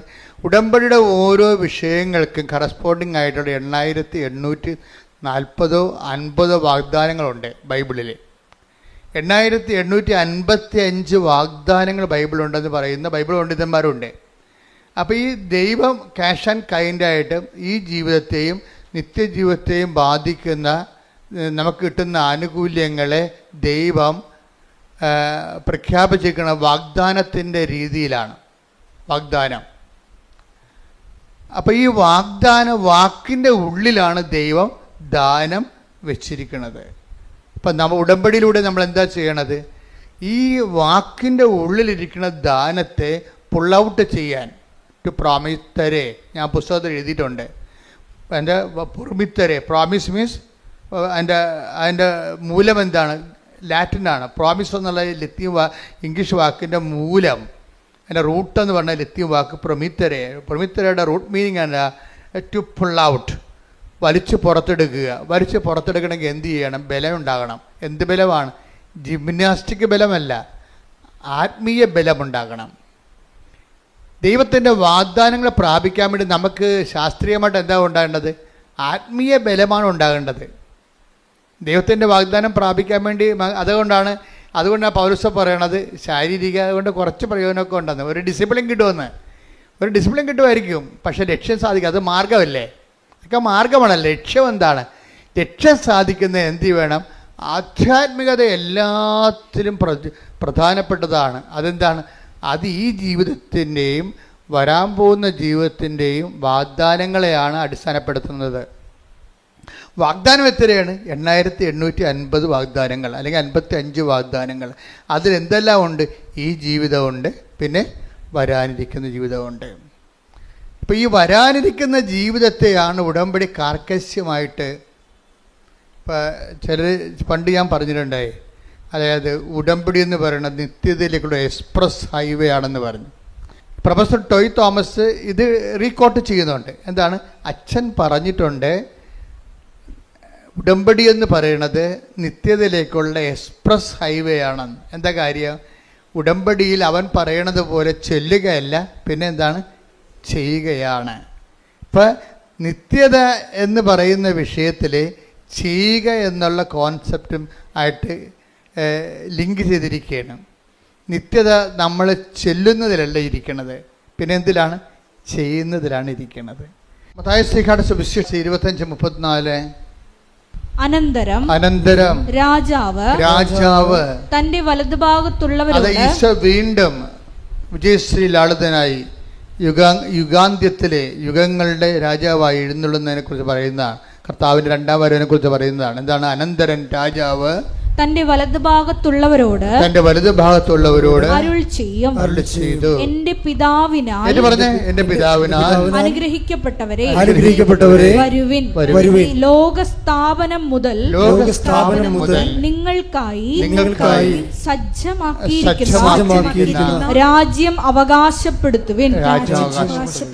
ഈ രാജ്യം അവകാശപ്പെടുമ്പോഴാണ് രക്ഷിക്കപ്പെടുന്നത്. അല്ലാതെ വെള്ളം കോരി ഏതെങ്കിലും തൊടി പോയി മുങ്ങിയാൽ പൊങ്ങി വരുമ്പോൾ രക്ഷിക്കപ്പെടത്തില്ല. അതെപ്പോഴും നമ്മൾ അറിയണം, വൃത്തിമേനയായിട്ട് ബൈബിൾ അറിയണം, അല്ലെങ്കിൽ അബദ്ധത്തിൽ പോയി ചാടും. ഏതെങ്കിലും വെള്ളത്തിൽ പോയി മുങ്ങിയാച്ചും പൊങ്ങി വരുമ്പോൾ രക്ഷിക്കപ്പെടത്തില്ല. രക്ഷിക്കപ്പെടുമെന്നുണ്ടെങ്കിൽ അവസാന നിമിഷങ്ങളിൽ ആ രാജ്യം കൈവശമാക്കണം. ഇതെല്ലാം ബാക്കിയുള്ള എല്ലാ സംരംഭങ്ങളും ഒരു മാർഗ്ഗങ്ങളാണ്. ലക്ഷ്യം സാധിക്കണമെന്ന് തന്നെ ലക്ഷ്യം സാധിച്ചെന്ന് നമ്മൾ പരീക്ഷ പഠിക്കാൻ തുടങ്ങിയിട്ടില്ല, അത് മുമ്പ് തന്നെ സർട്ടിഫിക്കറ്റ് കിട്ടിയുള്ള അവസ്ഥ, അതെന്ത് കള്ള സർട്ടിഫിക്കറ്റ് ആയിരിക്കും. നമ്മൾ പഠിക്കാൻ തുടങ്ങിയിട്ടില്ല, നമ്മൾ 10ാം ക്ലാസ് ചേർന്നിട്ടേ ഉള്ളൂ. അപ്പം തന്നെ 10ാം ക്ലാസ്സിന് സർട്ടിഫിക്കറ്റ് കിട്ടിക്കണേ രക്ഷിക്കപ്പെട്ടെന്ന് പറയും, അത് കള്ള സർട്ടിഫിക്കറ്റ് അല്ലേ അത്. അപ്പോൾ അത് അനന്തരൻ രാജാവ്, ഇതിനെക്കുറിച്ചൊക്കെ ബുദ്ധി ഉണ്ടാകണം, ഇതൊക്കെ മനസ്സിലാക്കാനുള്ള കഴിവുണ്ടാകണം. എന്താ ഒന്നിനു വായിച്ചേ? അനന്തരൻ രാജാവ് തന്റെ വലതുഭാഗത്തുള്ളവരോട് അരുൾ ചെയ്യും, എന്റെ പിതാവിനാൽ അനുഗ്രഹിക്കപ്പെട്ടവരെ വരുവിൻ. ലോകസ്ഥാപനം മുതൽ നിങ്ങൾക്കായി സജ്ജമാക്കിയിരിക്കുന്ന രാജ്യം അവകാശപ്പെടുത്തുവിൻ. ഈ രാജ്യം അവകാശപ്പെടുത്തും. കർത്താവിന്റെ കൂടെ നിത്യതയോളം ജീവിക്കാനുള്ള വാഴുവിനുള്ള അവകാശം പ്രാപിച്ചു കഴിയുമ്പോഴാണ്, രാജ്യം അവകാശപ്പെടുമ്പോഴാണ് ഒരു ആത്മാവ് രക്ഷിക്കപ്പെടുന്നത്. ശരിക്കും പറഞ്ഞു അതാണ് സഭയുടെ നിലപാട്, സത്യസന്ധമായ നിലപാട്. അച്ഛൻ പറഞ്ഞു വരുന്നതിൻ്റെ കാരണം എന്താ? ഇവിടെ അവസാനം ചോദിക്കണത് നിങ്ങൾ ചെയ്ത കാര്യങ്ങളാണ്, ചൊല്ലിയ കാര്യങ്ങളല്ല. ഉടമ്പടി വിജയിക്കണത് അതാണ്. അവസാനം കർത്താവ് നമ്മളോട് ചോദിക്കണത് എന്താണ്? നമ്മൾ ചെയ്ത കാര്യങ്ങളാണ്. ഞാൻ രോഗിയായിരുന്നു, നിങ്ങൾ എന്നെ സന്ദർശിച്ചു. ഞാൻ നഗ്നനായിരുന്നു, നിങ്ങൾ എന്നെ ഉടുപ്പിച്ചു. എനിക്ക് വിശന്ന് നിങ്ങളെനിക്ക് ഭക്ഷണം തന്നു. ഇപ്പോൾ ആൾക്കാർ ഏറ്റവും വലിയ ഞങ്ങൾ കാരുണ്യപ്രവൃത്തി പറയുമ്പോൾ ഈ നഗ്നനെ ഉടുപ്പിക്കുന്ന പോലെ തന്നെയാണ് അറിവില്ലാത്തവർക്ക് അറിവ് പകർന്നു കൊടുക്കുന്നത്. ഇപ്പോൾ 2-3 സാക്ഷി ഞാൻ കേട്ടു. ഇന്നലെ ഒരു നോൺ ക്രിസ്ത്യനായിട്ടൊരു മോൾ പറഞ്ഞ്, ഞാൻ ചെയ്യുന്ന ഏറ്റവും നല്ല നന്മ പ്രവൃത്തി എന്ന് പറയുന്നത് എല്ലാവരെയും കൊണ്ട് ഞാൻ എൻ്റെ കൂട്ടുകാരെ കൊണ്ട് ഞാൻ ജർമ്മൻ പഠിപ്പിക്കും. എന്നിട്ട് ഞാൻ അവർക്ക് ട്യൂഷൻ എടുക്കും. ഞാൻ തന്നെ അവർക്ക് ട്യൂഷൻ എടുക്കും. അതാണ് അറിവില്ലാത്തവരെ പഠിപ്പിക്കുക സംഭവം. ഇപ്പോൾ ഓരോരുത്തർക്കും നമുക്ക് ചെയ്യാൻ പറ്റുന്നതാണ് ചെയ്യാൻ പറ്റുന്നത് എപ്പോഴും. അതായത് ഈ കാരുണ്യപ്രവർത്തികൾ 7 എന്നല്ല, 7 70,000 ഉണ്ട്. അവർക്ക് ചെയ്യാൻ പറ്റുന്നത് അവൾ ചെയ്തു. ആരാണ്? ഈശോ പറഞ്ഞത് എന്താണ്? ഇപ്പം ചെയ്യാൻ പറ്റുന്നതെല്ലാമാണ് ഉടമ്പടി ചെയ്യേണ്ടത്. ഇപ്പം യൂദാസ് പറഞ്ഞില്ലേ, വൈ ദിസ് വേസ്റ്റ് എന്ന് ചോദിച്ചില്ലേ? കർത്താവിൻ്റെ പാദാന്തികത്തിൽ ബെഥനിയിലെ മറിയം സുഗന്ധം പൂശിയപ്പോൾ എന്താ പറഞ്ഞത്? Why this waste? എന്തിനാണ് ഈ ഇങ്ങനെ വേസ്റ്റ് ആക്കണ പണം? പാവത്തിന് കൊടുക്കാൻ പാടില്ല എന്ന് ചോദിക്കുമ്പോൾ കർത്താവിൻ്റെ ഉത്തരവ് എന്താണ്? അവൾക്ക് ചെയ്യാൻ take the word of God. മർക്കോസ് 14:8 ഇവൾക്ക് സാധിക്കുന്നത് ഇവൾ ചെയ്തു. എന്റെ സംസ്കാരത്തിന് വേണ്ടി അവൾ എന്റെ ശരീരം മുൻകൂട്ടി തൈലം പൂശുകയാണ് ചെയ്തത്. അപ്പൊ ഈശോ അഡ്മിറ്റ് ചെയ്തിരിക്കുന്നത് 7 കാരുണ്യ പ്രവൃത്തികളല്ല. എന്താണ്? ഓരോരുത്തർക്കും ഇവിടെ 700 കോടി മനുഷ്യരുണ്ടെങ്കിൽ 700 കോടി മനുഷ്യർക്കുള്ള 700 കോടി സാധ്യതകളുണ്ട്. നിങ്ങൾക്ക് ചെയ്യാം. ഇപ്പോൾ ആ മാളം ചെയ്യുന്നതിനെ പറഞ്ഞ അശ്വതി എന്താ പറഞ്ഞത്? എനിക്ക് ജർമ്മൻ പഠിപ്പിക്കുന്നതാണ് എൻ്റെ ഒരു സാധ്യത.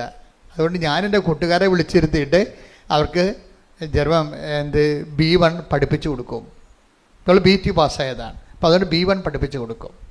ഉടമ്പടിയിൽ എന്തുമാത്രം നന്മ പ്രവർത്തികളാണ് നടക്കുന്നത്. കഴിഞ്ഞ ദിവസങ്ങളിലേ ജുബിൻ എന്നും പറഞ്ഞ ഒരു സാക്ഷിയുണ്ട്.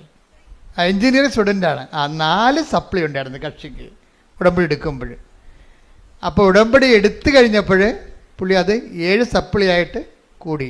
അപ്പോൾ ജുബിൻ പറഞ്ഞേ അത് ഞാൻ മൈൻഡ് ചെയ്യില്ല. എന്താണ്? ഇപ്പം മാതാവിൻ്റെ കൂടെ ഉണ്ടല്ലോ. അപ്പോൾ ഉടമ്പടി എടുക്കുമ്പോൾ ഒരാളിനുണ്ടാണ് ചിലപ്പോൾ ഫസ്റ്റിൽ വണ്ടി ഒന്ന് അല്പം പുറകോട്ട് പോകും. മനസ്സിലായില്ലേ? എപ്പോഴും ശ്രദ്ധിച്ചേക്കണം.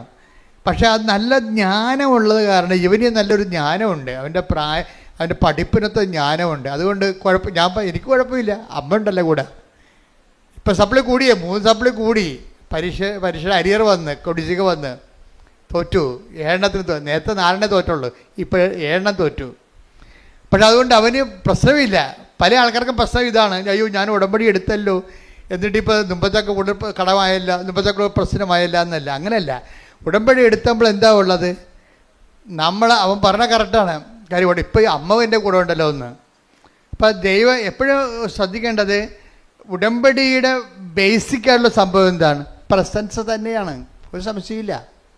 ഉടമ്പടിയുടെ ബേസിക് ഇത് നമ്മൾ ഒറ്റയില്ല. കാര്യം മനുഷ്യൻ്റെ വിഷയം ആദ്യകാലം പോലെ അങ്ങനെയല്ലേ. ആദ്യകാലം പോലെ ഇപ്പം പുരുഷനെ സൃഷ്ടിച്ചപ്പോൾ ദൈവം എന്താ പറയണത്? മനുഷ്യന് ഏകനായിരിക്കണത് അതൊരു നല്ല കാര്യമല്ലേ. കാര്യം ചിലപ്പോൾ അവന് നിരാശ കൊണ്ട് തന്നെ ചിലപ്പോൾ ആത്മഹത്യ ചെയ്തെന്ന് വരും. കാര്യം മനുഷ്യൻ്റെ ഒരു വിഷയം മനുഷ്യൻ്റെ ഒരു ക്രീച്ചർ ലെവലിൽ അങ്ങനെ ഏകസ്ഥമായിട്ട് അങ്ങനെ തുടരാൻ പാടാണ്. അതിനെന്ത് ചെയ്യും? അതിന് മനുഷ്യൻ രണ്ട് കാര്യം ചെയ്യും.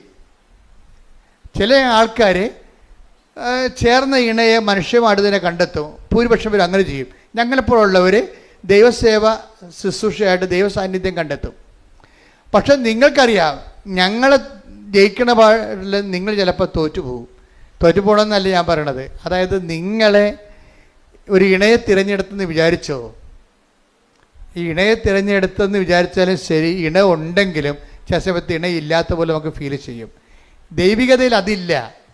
ഒരിക്കൽ തിരഞ്ഞെടുത്ത് കഴിഞ്ഞാൽ എന്നും കുന്നും നമുക്ക് ബോധം ഉണ്ടെങ്കിൽ നമുക്കിതിനെക്കുറിച്ച് സത്യസന്ധമായിട്ടാണ് നമ്മൾ ജീവിതം കമ്മിറ്റ് ചെയ്തിരിക്കണമെന്നുണ്ടെങ്കിൽ ഈ സാന്നിധ്യത്തിന് ഗ്യാരണ്ടീഡാണ്. പക്ഷെ വിവാഹത്തിലുള്ള സാന്നിധ്യം ഗ്യാരണ്ടീഡ് അല്ല ശരിക്കും പറഞ്ഞാൽ. അതുകൊണ്ട് നല്ല ശരിക്കും റിസ്ക് ഇല്ലെങ്കിൽ വിവാഹ ജീവിതം ആധ്യാത്മിക ജീവിതത്തേക്കാൾ പാടായിട്ട് വരും. ഇപ്പം ഇന്നലെ ഒരു ചേച്ചി എന്നോട് പറഞ്ഞ്, അച്ഛാ എൻ്റെ ജീവിത പങ്കാളി മറ്റ് സ്ത്രീകളുമായിട്ട് അങ്ങ് ബന്ധമുണ്ട്, അവിശ്വസ്തതയാണെന്ന് പറഞ്ഞു. അതാണ് അവർ ഉദ്ദേശിക്കുന്നത്. ജീവിത പങ്കാളി കല്യാണം കഴിച്ചതാണ്, അപ്പോൾ എന്നാലും ആ ചേട്ടൻ മറ്റു സ്ത്രീകളുമായിട്ട് ബന്ധമുണ്ടെന്ന് പറഞ്ഞു. അപ്പോൾ ഞാൻ ചേച്ചിയോട് പറഞ്ഞ്, ചേച്ചിക്ക് എത്ര വയസ്സുണ്ടെന്ന് ചോദിച്ചു. അപ്പോൾ പറഞ്ഞു 43. ഞാൻ പറഞ്ഞ കണ്ടാൽ 63 ഒന്നുമില്ല എന്ന് പറഞ്ഞു. അതെന്താ കാര്യം? എന്താ അങ്ങനെ പറഞ്ഞത്? ശരിയാണ്. ഞാൻ പോയി ഒന്നുമില്ലെങ്കിൽ നിങ്ങൾ പോയി ഡൈയെങ്കിലും ചെയ്യാൻ പറഞ്ഞു. എന്ന് വെച്ചാൽ അവരൊരു അമ്മാമ പരുവത്തിലിരിക്കുകയും അവർക്ക് അതിൻ്റെ ആവശ്യമില്ലേ, മര്യാദയ്ക്ക് ജീവിക്കാവേ. നമ്മൾ ശ്രദ്ധിക്കണം അല്ലേ?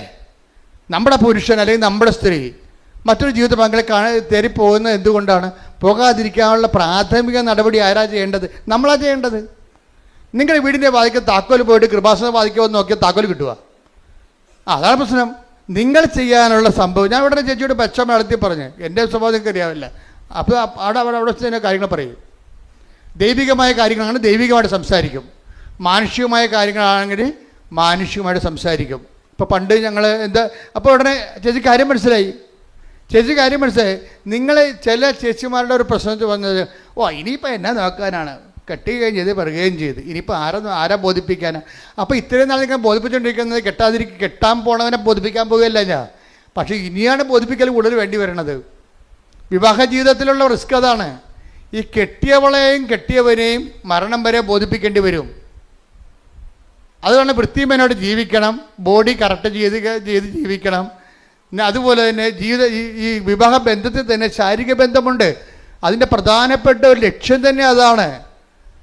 ലക്ഷ്യങ്ങളിൽ ഒന്ന് അതാണ്. അപ്പം അത് നമ്മൾ ശ്രദ്ധിക്കണം. നമ്മുടെ ബോഡി കറക്റ്റായി നിൽക്കുക, അത് ഭംഗിയായിട്ടിരിക്കുക, ഷെയ്പ്പായിട്ടിരിക്കുക. ഇതൊക്കെയെല്ലാം ദൈവം നമുക്ക് തന്ന വാഗ്ദാനത്തിൻ്റെ ഭാഗമായിട്ട് നമ്മൾ ഏറ്റെടുത്തിൻ്റെ കടമയുടെ ഭാഗമാണ്. ഞാൻ എന്താ പറഞ്ഞതെന്ന് ചോദിച്ചു കഴിഞ്ഞാൽ, ഇങ്ങനെയുള്ള ഓരോ വിഷയങ്ങൾ ജീവിതത്തിൽ വരുമ്പോൾ ആദ്യം നമ്മൾക്ക് ചെയ്യാനുള്ള കാര്യങ്ങൾ നമ്മൾ ചെയ്യണം. എന്നിട്ടാണ് ദൈവദരിസനത്തിനെതിരെ വിഷയം അവലാദ്യമായിട്ട് വെക്കേണ്ടത്. നമ്മൾ ചെയ്യേണ്ടതിനെ കൊന്ന നമ്മുടെ ജീവിതത്തിൽ നമ്മൾ ഇനിയിപ്പോൾ 2 പിള്ളേരായിപ്പോയി, ഇപ്പം എന്നാ നോക്കാനാ, ആരെ ബോധിപ്പിക്കാനാണെന്ന്.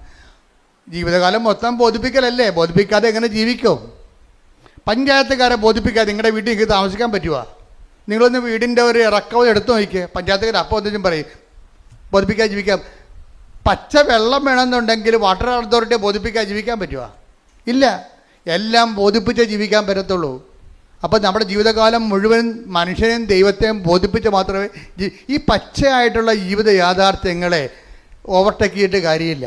അതിനെ ഫേസ് ചെയ്യാണ് വേണ്ടത് ബുദ്ധിപൂർവമായിട്ട്. ശ്രുതിക്കട്ടെ ഹല്ലേലൂയ.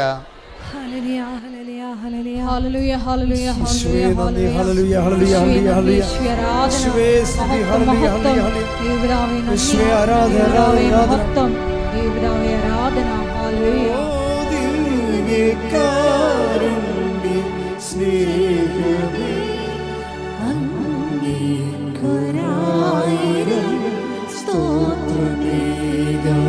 ഓ ദിവ്യകാരുണ്യ സ്നേഹമേ അങ്ങേക്കൊരായിരം സ്തോത്രമേകാം.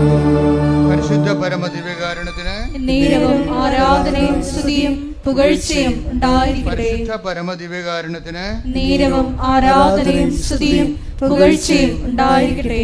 അപ്പോൾ എന്താ പ്രശ്നം വെച്ച് കഴിഞ്ഞാൽ ഈ ആധ്യാത്മികത നേരത്തെ പറഞ്ഞ പോലെ തന്നെ ഈ ചില മനുഷ്യർ ആധ്യാത്മികത സ്വീകരിക്കാൻ ഇത്തിരി താമസിക്കും. അപ്പോൾ അവരോട് നിങ്ങൾ ഓർക്കും ജോസഫ് എന്താ ഇങ്ങനെ ജഡികമായിട്ട് സംസാരിക്കണം എന്ന് ചോദിക്കും. ചിലങ്ങനെ മനസ്സിൽ വിചാരിക്കുമെന്നുണ്ടാകും, ഇങ്ങനെയാണോ ഇതിൻ്റെ ഉത്തരം, ഇതിങ്ങനെ തന്നെയാണ് എൻ്റെ ഉത്തരം. എന്താ പ്രശ്നം വെച്ച് കഴിഞ്ഞാൽ മനുഷ്യന്മാർ പലരും ഈ ക്രിസ്തുവിനെ സ്വീകരിക്കുന്നതിൻ്റെ കാര്യത്തിൽ ഡിഗ്രീസ് ഓഫ് വേരിയേഷൻസ് ഒത്തിരി ഉണ്ട്. എല്ലാവരും ഒരേ രീതിയിലല്ല. ഇപ്പം നല്ലവണ്ണം ക്രിസ്തുവിനെ സ്വീകരിച്ചവരാണെങ്കിൽ അവർക്ക് പിന്നെ ഈ പ്രശ്നമില്ലല്ലോ, അവർ വേറെ ജീവിത പങ്കാളിത്തത്തിലേക്ക് പോകത്തില്ലല്ലോ, ഇല്ലേ?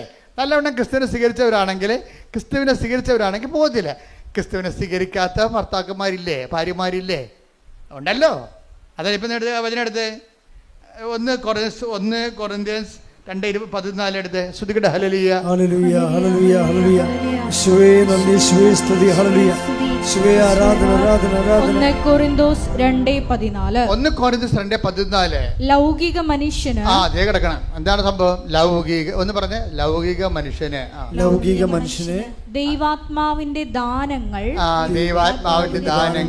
ഭോഷത്വമാകയാൽ വേറെ ചേട്ടിമാരെ തിരക്കി പോണ ആ മനുഷ്യനോട് ഉടമ്പടിയെക്കുറിച്ച് പറഞ്ഞ ഏക്കുക. എന്താ? അയാൾ ലൗകിക മനുഷ്യനാണ്. അയാൾ ചിലപ്പോൾ കത്തോലിക്കനാകാം, പക്ഷേ അയാൾ ലൗകിക മനുഷ്യനാണ്. കാര്യം എന്താണ്? യഥാർത്ഥ ക്രിസ്ത്യാനി ജീവിത പങ്കാളിയെ വഞ്ചിക്കത്തില്ല. ഉറപ്പല്ലേ? പിന്നെ പക്ഷെ അവൻ ക്രിസ്തുവിനെ സ്വീകരിക്കാൻ ആകണം. ക്രിസ്തുവിനെ സ്വീകരിച്ച ആളാണ്. അതുകൊണ്ടാണ് പറയുന്നത്. എന്ത് വായിച്ച് ലൗകിക മനുഷ്യന് ദൈവാത്മാവിന്റെ 1 കൊരിന്ത്യൻസ് 2:14 ഏറ്റു പറഞ്ഞ് ലൗകിക മനുഷ്യന് ദൈവാത്മാവിന്റെ ദാനങ്ങൾ ഭോഷത്വമാകയാൽ അവനത് സ്വീകരിക്കുന്നില്ല. ഈ ദാനങ്ങൾ ആത്മീയമായി വിവേചിക്കപ്പെടേണ്ടവയാകയാൽ അവ ഗ്രഹിക്കാനും അവന് സാധിക്കുന്നില്ല. അപ്പൊ ഈ സീറോ ആയിട്ടുള്ള വിശ്വാസത്തെ ഉള്ള ആൾക്കാരെ ഉടമ്പടിയിലൂടെ പതുക്കെ, കാര്യം ഇന്ന് സീറോ ഫെയ്ത്തിലിരിക്കുന്ന ആൾക്കാരെ പെട്ടെന്ന് ഉടമ്പടിയിൽ, ഇപ്പം നമുക്കറിയാമല്ലോ, ഇപ്പം 8ാം ക്ലാസ് വെച്ച് 6ാം ക്ലാസ് വെച്ച് പഠനം നിർത്തിയെന്ന് വിചാരിച്ചോ, ഇല്ലേ? അവർക്ക് 10ാം ക്ലാസ് അവരുടെ വയസ്സ് കഴിഞ്ഞിട്ടുണ്ടെങ്കിൽ 10-32 വയസ്സായിട്ടുണ്ടെങ്കിൽ ഗവൺമെൻറ് അവർക്കൊരു പ്രൊവിഷൻ കൊടുക്കും. എന്താണ്? 10ാം ക്ലാസ് നിങ്ങൾക്ക് എഴുതാവുന്ന. ഇപ്പോൾ ഉണ്ടായിരുന്നല്ലേ? അങ്ങനെ ഉണ്ട് നിയമം, അല്ലേ? ഇതുപോലെ തന്നെയാണ് BAയും MAയും ഒക്കെ. അവന് +2 പണ്ട് പാസ്സായതാണ്. പിന്നെ കുറേ കാലത്ത് ഗ്യാപ്പ് വന്നുപോയി. ഇപ്പോൾ വയസ്സ് കയറുകയാണെങ്കിൽ ഗവൺമെൻറ് അവർക്ക് MA എഴുതാനുള്ള അനുവാദം കൊടുക്കും. ഉടമ്പടി ഇതാണ് സംഭവം. ഉടമ്പടി ചെയ്യണത് ഇതാണ്. എന്താ കാര്യം? നിങ്ങൾക്ക് ഫെയ്ത്തിനൊപ്പം ക്രൊണോളജിക്കൽ ഇയർ, നിങ്ങളുടെ വയസ്സിനൊപ്പം നിങ്ങളുടെ ഫെയ്ത്ത് ഇയർ വളരുന്നില്ലെന്ന് വിചാരിച്ചോ? നിങ്ങളുടെ വയസ്സിനൊപ്പം ഇപ്പം നിങ്ങൾക്ക് 40 വയസ്സുണ്ട്. പക്ഷെ 40 വയസ്സുണ്ടെങ്കിലും പണ്ടത്തെ കർത്താവിൻ്റെ മാലാഖയും കലാപരിപാടിയൊക്കെ കയ്യിലുള്ളു. മനസ്സിലായില്ലേ? എന്ന് വെച്ചാൽ 8 വയസ്സിൻ്റെ ആധ്യാത്മിക വളർച്ചയേ ഉള്ളൂ. വയസ്സ് 40-40 നിങ്ങളുടെ ക്രൊണോളജിക്കൽ ഇയർ എന്ന് വെച്ച് കഴിഞ്ഞാൽ ജഡിക വളർച്ച, ജഡിക വയസ്സ് ആധ്യാത്മിക വയസ്സിൻ്റെ ചിലപ്പോൾ 5 ഇരട്ടിയാകാം. 8 40. 8 വയസ്സിൽ നിങ്ങൾക്ക് ഉണ്ടായിരുന്ന 8 വയസ്സെന്ന് പറയുമ്പോൾ 3ാം ക്ലാസ്സിൽ പഠിക്കുന്നു. ആ 3ാം ക്ലാസ്സിൽ പഠിക്കുമ്പോഴാണ് നമ്മൾ കർത്താവിൻ്റെ മാലാഖി കാര്യങ്ങളൊക്കെ പഠിക്കണം, വേദപുസ്തകം പഠിക്കണത്. പിന്നെ ആ മേഖലയിൽ പഠനങ്ങളൊന്നുമില്ല. വയസ്സിപ്പോൾ 40 ഇപ്പം എന്താ പറ്റിയിരിക്കണത്? ജഡിക വയസ്സ് വളർന്ന് വിശ്വാസ വളർച്ച 8ാം ക്ലാസ് വരെയേ ഉള്ളൂ. മനസ്സിലായ? ഇനി നമ്മൾ 40 വയസ്സിൻ്റെ പരീക്ഷ ഒപ്പം എഴുതണ ഒറ്റ ഉടമ്പടിയിലാണ് നമ്മൾ സംഭവിക്കണത്. ഇത് ഒറ്റ ഉടമ്പടിയിൽ അവൻ പറയണ പോലെ വചനം ജീവിച്ച് കഴിയുമ്പോൾ എന്നാ പറ്റും? 2 ദിവസത്തിനുള്ളിൽ തന്നെ ഇവന് വിശ്വാസം അറച്ച് 40 വയസ്സ് വരെ എത്തും. ശ്രുതികട്ടെ ഹല്ലേലൂയ. ഹല്ലേലൂയ ഹല്ലേലൂയ ഹല്ലേലൂയ ഹല്ലേലൂയ. യേശുവേ ആരാധന. ഹല്ലേലൂയ ഹല്ലേലൂയ ഹല്ലേലൂയ. ഞങ്ങളുടെ ക്രോണോളജിയോടൊപ്പം തന്നെ വളരുവാൻ, കൂടുതൽ വളരുവാൻ ആരാധനകളോട് ഞങ്ങൾ അഭിഷേകം. അതായത് ഈ ഉടമ്പടിയുടെ ഏറ്റവും വലിയ ശക്തി എന്ന് പറയുന്നത്, ഇത് എത്ര ആധ്യാത്മികമായിട്ട് തോറ്റ് തുന്നമ്പാടി കിടക്കുന്നവനെയും അത് വൃത്തിമെനയായിട്ട് ഉടമ്പടിയിലേക്ക് അവന് അത് പ്രയോഗത്തിൽ കൊണ്ടുവരുമ്പോൾ പെട്ടെന്ന് ഇവൻ്റെ ഫെയ്ത്ത് ഇയർ അവൻ്റെ വയസ്സിനേക്കാൾ കൂടുതലാകും. നമുക്കറിയാമല്ലോ, എപ്പോഴും ഇപ്പം നമ്മളൊരു ലെൻസ് ഒരു തീപ്പെട്ടിക്കൊള്ളി എടുത്ത് വെച്ചു. അപ്പോൾ നമ്മൾ എന്നിട്ട് ലെൻസ് എടുത്തിട്ട് സൂര്യന് നേരെ പിടിച്ചു. അപ്പോൾ ലെൻസ് പിടിക്കുമ്പോൾ തന്നെ തീപ്പെട്ടിക്കൊള്ളി കത്തത്തില്ല അല്ലേ? ആ ലെൻസിൻ്റെ സൂര്യപ്രകാശം ഫോക്കസ് ചെയ്തിട്ട് ആ മരുന്നിലേക്ക് ഒരു കുറച്ച് നേരം അങ്ങനെ ഫോക്കസ് ചെയ്യുമ്പോൾ തീപ്പെട്ടിക്കൊള്ളിയുടെ മരുന്ന് വശം പുകഞ്ഞ് കത്തും. അതുപോലെ ഉടമ്പടി കൃത്യതയിലേക്ക് അവൻ പറയണ പോലെ ചെയ്യുമ്പോൾ ആ ചെയ്യാൻ പറ്റിയ ദൈവസ്നേഹം ഉണ്ടാകണം, ആ ചെയ്യാൻ പറ്റിയ ദൈവവിശ്വാസം ഉണ്ടാകണം, ആ ചെയ്യാൻ പറ്റിയ ദൈവപ്രത്യാശ ഉണ്ടാകണം. ഇതിന് അറിവിൻ്റെ പ്രത്യാശയുണ്ട്, അഭിഷേക പ്രത്യാശയുണ്ട്. അതാണ് വിഷയം. ഒരു വിഷയം നമ്മൾ അറിവിൽ ചെയ്യുമ്പോൾ അറിവിൻ്റെ പ്രത്യാശ ഉണ്ടാകത്തുള്ളൂ. ഒരു വിഷയം നമ്മൾ അനുഭവത്തിൽ ചെയ്യുമ്പോൾ അഭിഷേക പ്രത്യാശ ഉണ്ടാകും. അപ്പം നിങ്ങൾ പറയാം, അച്ഛാ മനസ്സിലാകണില്ലെന്ന് പറയും. അത് മനസ്സിലാക്കി തരാം. അതെന്താ ഇപ്പോൾ സംഭവം വെച്ച് കഴിഞ്ഞാൽ, നമ്മൾ ദൈവസ്നേഹത്തോടെയാണ് നിങ്ങൾ അവൻ പറയണ പോലെ ചെയ്യണമെന്നുണ്ടെങ്കിൽ അത് പെട്ടെന്ന് നമുക്ക് ദൈവത്തെ അനുഭവിക്കാൻ പറ്റും. ദൈവസ്നേഹത്തോടെയാണ് നമ്മൾ ഓരോ വിഷയവും. ഇപ്പോൾ ഈ അദ്ദേഹത്തിൻ്റെ പ്രൊഫസർ ടോയ് തോമസ്, വൈഫിൻ്റെ അസുഖം അറിയാമല്ലോ. വൈഫിൻ്റെ ചെറിയ അസുഖമൊന്നുമല്ല. ആ വൈഫിൻ്റെ ആദ്യം ലിംഫോമ എന്ന് പറയുന്ന മുഴയുന്ന ക്യാൻസർ ആണെന്നാണ് ആദ്യം ഡിക്റ്റേറ്റ് ചെയ്തത്.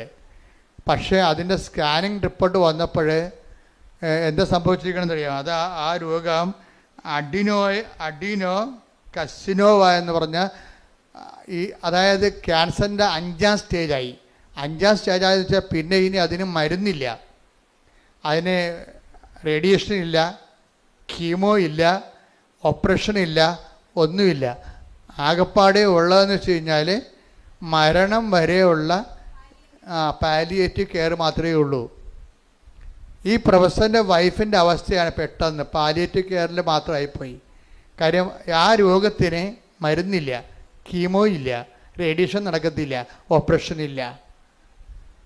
അപ്പോൾ ഇതെല്ലാം ഈ ഒരു സിറ്റുവേഷനിലാണ് വൈഫും പ്രൊഫസർ ടോയ് തോമസും കൂടി ഉടമ്പടി എടുക്കുന്നത്.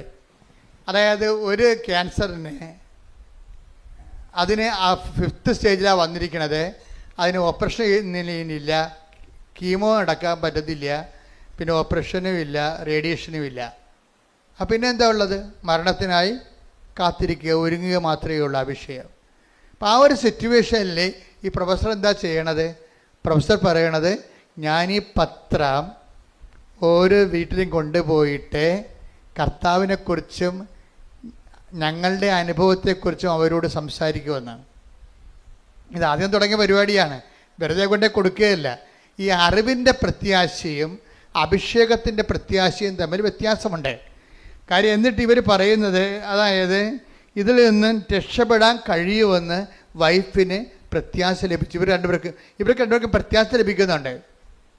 നമ്മളെപ്പോഴും പ്രത്യാശ എന്ന് പറയുമ്പോൾ ഉടനെ നമ്മൾ ഉദ്ദേശിക്കുന്നത് ഒരു അറിവിൻ്റെ പ്രത്യാശയുണ്ട്, അഭിഷേകത്തിൻ്റെ പ്രത്യാശയുണ്ട്. അറിവിൻ്റെ പ്രത്യാശ ഉണ്ടെങ്കിലും നമ്മുടെ ഉള്ളിൽ ഒരു നിരാശ ഉണ്ടാകും. മനസ്സിലായില്ലേ? അറിവ് മൂലം ഉണ്ടാകുന്ന പ്രത്യാശയും ഒരു ആത്മീയ പ്രത്യാശ അല്ലത്. അതൊരു സെക്യുലറായിട്ടുള്ള ഹോപ്പാണ്, അറിവിൽ നിന്ന് നമുക്കുണ്ടാകുന്ന ഹോപ്പാണ്. പക്ഷേ യഥാർത്ഥ ഹോപ്പ് അനോയിൻറ്റഡ് ഹോപ്പ് എന്ന് പറയും. എന്താണ്? റോമ 5:5 എടുത്ത്, പ്രത്യാശ നമ്മെ നിരാശരാക്കുന്നില്ല, കാരണം നമുക്ക് നൽകപ്പെട്ടിരിക്കുന്ന പരിശുദ്ധാത്മാവിലൂടെ ദൈവത്തിൻ്റെ സ്നേഹം നമ്മുടെ ഹൃദയങ്ങളിലേക്ക് ചൊരിയപ്പെട്ടിരിക്കുന്നു. അതാണ് പ്രശ്നം. ഇത് അറിവിൻ്റെ പ്രത്യാശ അല്ല. ഇത് വെച്ചുകൊണ്ട് പ്രത്യാശ എന്ന് പറഞ്ഞുകൊണ്ട് വാപിളിച്ചിട്ട് കാര്യമില്ല. ഇതെന്ന് പറയണത് പരിശുദ്ധാത്മാവിനാൽ നിറയുമ്പോൾ നമ്മൾ പ്രവർത്തിക്കുന്ന പരിശുദ്ധാത്മാവിനാൽ പറഞ്ഞ് നമ്മിൽ പ്രവർത്തിക്കുന്ന പരിശുദ്ധാത്മാവിനാൽ ദൈവത്തിന്റെ സ്നേഹമെന്തെന്ന് നമ്മൾ അറിയുന്നു. ഇതാണ് ഞാൻ നിങ്ങളോട് പറഞ്ഞത്. അതായത് സാധാരണ കേവലമായ അറിവിലൂടെ ഒരു പ്രത്യാശ ഉണ്ടാകും, അത് ബുദ്ധിപരമായ ഒരു പ്രത്യാശയാണ്. പക്ഷേ ദൈവദാനമായ പ്രത്യാശ എന്ന് പറയുന്ന പുള്ളി അതിൽ പരിശുദ്ധാത്മാവിൻ്റെ കണ്ടന്റ് വൈസ് റിച്ചായിരിക്കും. അതുകൊണ്ടാണ് നമുക്ക് നിരാശ തോന്നാത്തത്. പല പ്രത്യാശ, ഇപ്പോൾ ഒരു കല്യാണം വിട്ടുപോകുമ്പോൾ അമ്മ പറയും സാരമില്ല, അവൻ പോയാൽ വേറെ തന്നെ അതിനേക്കാളും നല്ല ദൈവം തരും. ശരിയാണ് മമ്മി എന്ന് പറയും. അതെന്താണ്, എന്നാലും നല്ലതായിരുന്നു, അവന് PR ഉണ്ടായിരുന്നു. മനസ്സിലായില്ലേ? ഇതാണ് അലങ്കോല പ്രത്യാശ എന്ന് പറയുന്നത്. ഇപ്പോൾ ഒരു കല്യാണം സെറ്റായി, പക്ഷെ അത് വിട്ടുപോയപ്പോൾ ഇവക്ക് ഇത്രയും നാൾ അവർ ബോണൊക്കെ വിളിച്ചായിരുന്നു, ഭയങ്കര വർത്തമാനമൊക്കെ ആയിരുന്നു, ഇപ്പം കെട്ടിയതുപോലെയാണ് അവർ പോയത്. പക്ഷെ സംഗതി പൊളിഞ്ഞു പോയപ്പോൾ പിന്നെ ഇവക്ക് ഭക്ഷണവും വേണ്ട, ഉറക്കവും ഇല്ല, ഇവക്ക് ഭ്രാന്തിയെപ്പോലെ അവിടെ ഇരിക്കുകയാണ്. അപ്പം മമ്മി വന്ന് അവളോട് പറയണേ, എടി ഇതിപ്പോൾ അവൻ പോട്ടെ, അവന് വേറെ വല്ല കേസൊക്കെ ഉണ്ടാകും, ദൈവം അത് നമ്മുടെ കണ്ണിൽ കൊള്ളാനുള്ള പുരുക്കത്തിലാക്കി തന്നതാണെന്നൊക്കെ പറഞ്ഞ് മമ്മിയുടെ കാറ്റഗറീസ് അടിച്ച് അവളെ ഏൽപ്പിക്കും. ഇതിനേക്കാൾ നല്ലത് നമുക്ക് വരും, അതല്ലേ ദൈവം ഇത് മാറ്റിയതെന്നൊക്കെ. ഇതൊക്കെ മാനുഷികമായിട്ട് പറഞ്ഞ് പറ്റിക്കാവുന്നല്ല, വലിയ കഥയൊന്നുമില്ല. അത് തൽക്കാലത്തേക്കുള്ള സുഖം കൊടുക്കുന്നേ ഉള്ളൂ. ഇതിന് അറിവിൻ്റെ പ്രത്യാശ എന്ന് പറയും. അപ്പോൾ ഇവള് പറയും, ശരി മമ്മി, ഇനി ഞാൻ വിഷമിക്കത്തില്ല, ഞാൻ ഭക്ഷണം കഴിച്ചോളാം എന്ന് പറഞ്ഞാലും അവൾ ഭക്ഷണം കഴിക്കും. പക്ഷേ എന്ത്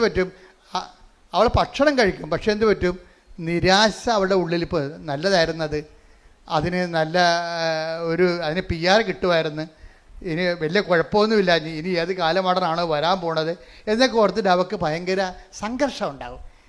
ഇങ്ങനെ ഈ ഒരു വിഷയത്തിനാണ് നമ്മളെ നിരാശ ഉണ്ടാകും, പ്രത്യാശ ഉണ്ടാകും, പക്ഷെ അതേസമയം തന്നെ നിരാശ തോന്നിക്കുകയും ചെയ്യും. ഇവിടെ പരിശുദ്ധാത്മാവിന് പ്രത്യേകിച്ച് റോളൊന്നുമില്ല. അപ്പുറത്തെ കാര്യം എന്താണ്, ഇപ്പം ഈ മമ്മി പറഞ്ഞിട്ടുണ്ടായിരിക്കുന്ന പ്രത്യാശ മാനുഷികമായ അറിവിൻ്റെ പ്രത്യാശയാണ്. പക്ഷെ നമുക്ക് വേണ്ടത് എന്താണ്, അഭിഷേകത്തിൻ്റെ പ്രത്യാശയാണ്. അഭിഷേകത്തിൻ്റെ പ്രത്യാശ എങ്ങനെയാണ് വരണത്, ദൈവസ്നേഹത്തിൽ നിന്നാണ് ഉണ്ടാകണത്. നിങ്ങൾ പത്രം കൊടുത്തു എന്നും പറഞ്ഞുകൊണ്ട് നിങ്ങൾക്ക് ദൈവാനുഗ്രഹം കിട്ടണമെന്ന് നിർബന്ധമില്ല. കൊടുക്കണം എന്താണ്, ദൈവസ്നേഹത്തോടെ കൊടുക്കണം. പറഞ്ഞ മനസ്സിലായില്ലേ?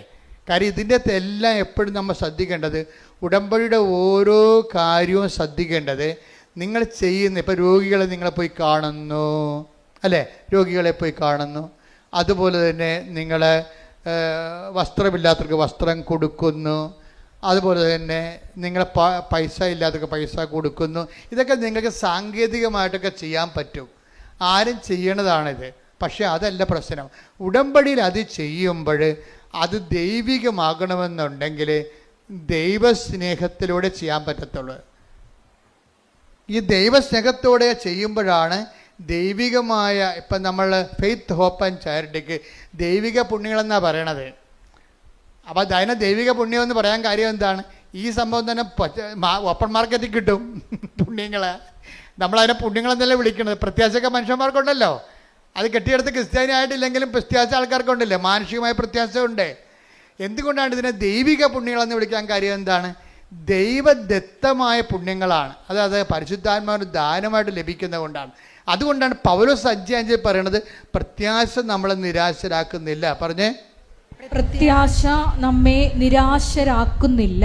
നമ്മൾ ചിന്തിയിരിക്കുന്ന പരിശുദ്ധാത്മാവിനാൽ,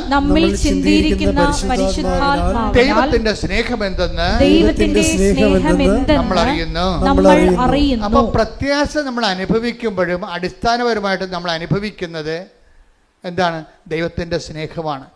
ഈ പ്രൊഫസർ ടോയ് തോമസിൻ്റെ വൈഫ്, അവർക്ക് അവർ പാലിയേറ്റീവ് കീമോയാണ് എടുത്തത്. വെച്ച് കഴിഞ്ഞാൽ അത് നല്ല മോർഫിനൊക്കെ അടിച്ചുള്ള ഒരു കീമോയാണ് ആ സംഭവം. അപ്പം അച്ഛൻ ഒരു മരവിപ്പ് തോന്നുന്നു, അത്രേ ഉള്ളൂ.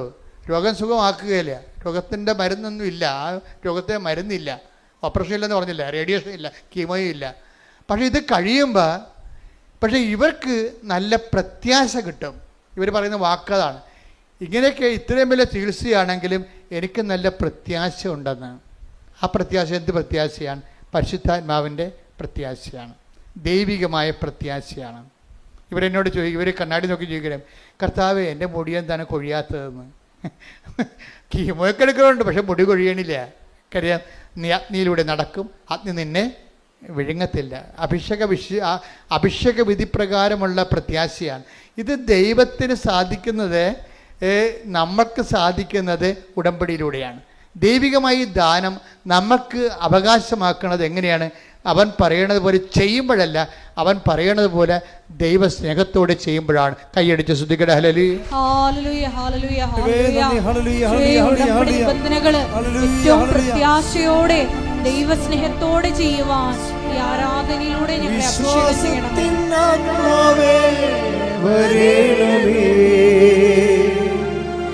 ആശ്വാസത്തിൻ ആത്മാവേ വരേണമേ, വിശ്വാസത്തിൻ ആത്മാവേ വരേണമേ, ആശ്വാസത്തിൻ ആത്മാവേ വരേണമേ, പരിശുദ്ധാത്മാവേ പാവനാത്മാവേ എന്റെ ഹൃദയത്തിൽ വന്നു വാഴണേ.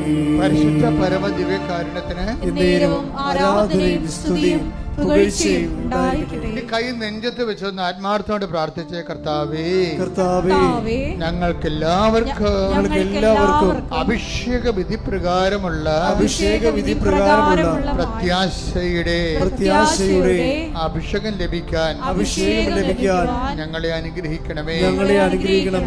ഞങ്ങളുടെ ജീവിതത്തില് അങ്ങയുടെ തിരുസന്നിധിയിൽ വെച്ചിട്ടുള്ള വിഷയങ്ങള് അങ്ങയുടെ കാലത്ത് നടക്കുന്നത് വരെ പ്രത്യാശയോടെ ജീവിക്കുവാൻ ഞങ്ങൾക്ക് ദൈവസ്നേഹം സ്നിഗ്ധമായ പ്രത്യാശയാൽ അഭിഷേകം ചെയ്യണമേ. ഹല്ലേലൂയ ഹല്ലേലൂയ ഹല്ലേലൂയ ഹല്ലേലൂയ. യേശുവേ നന്ദി. ആരാധന.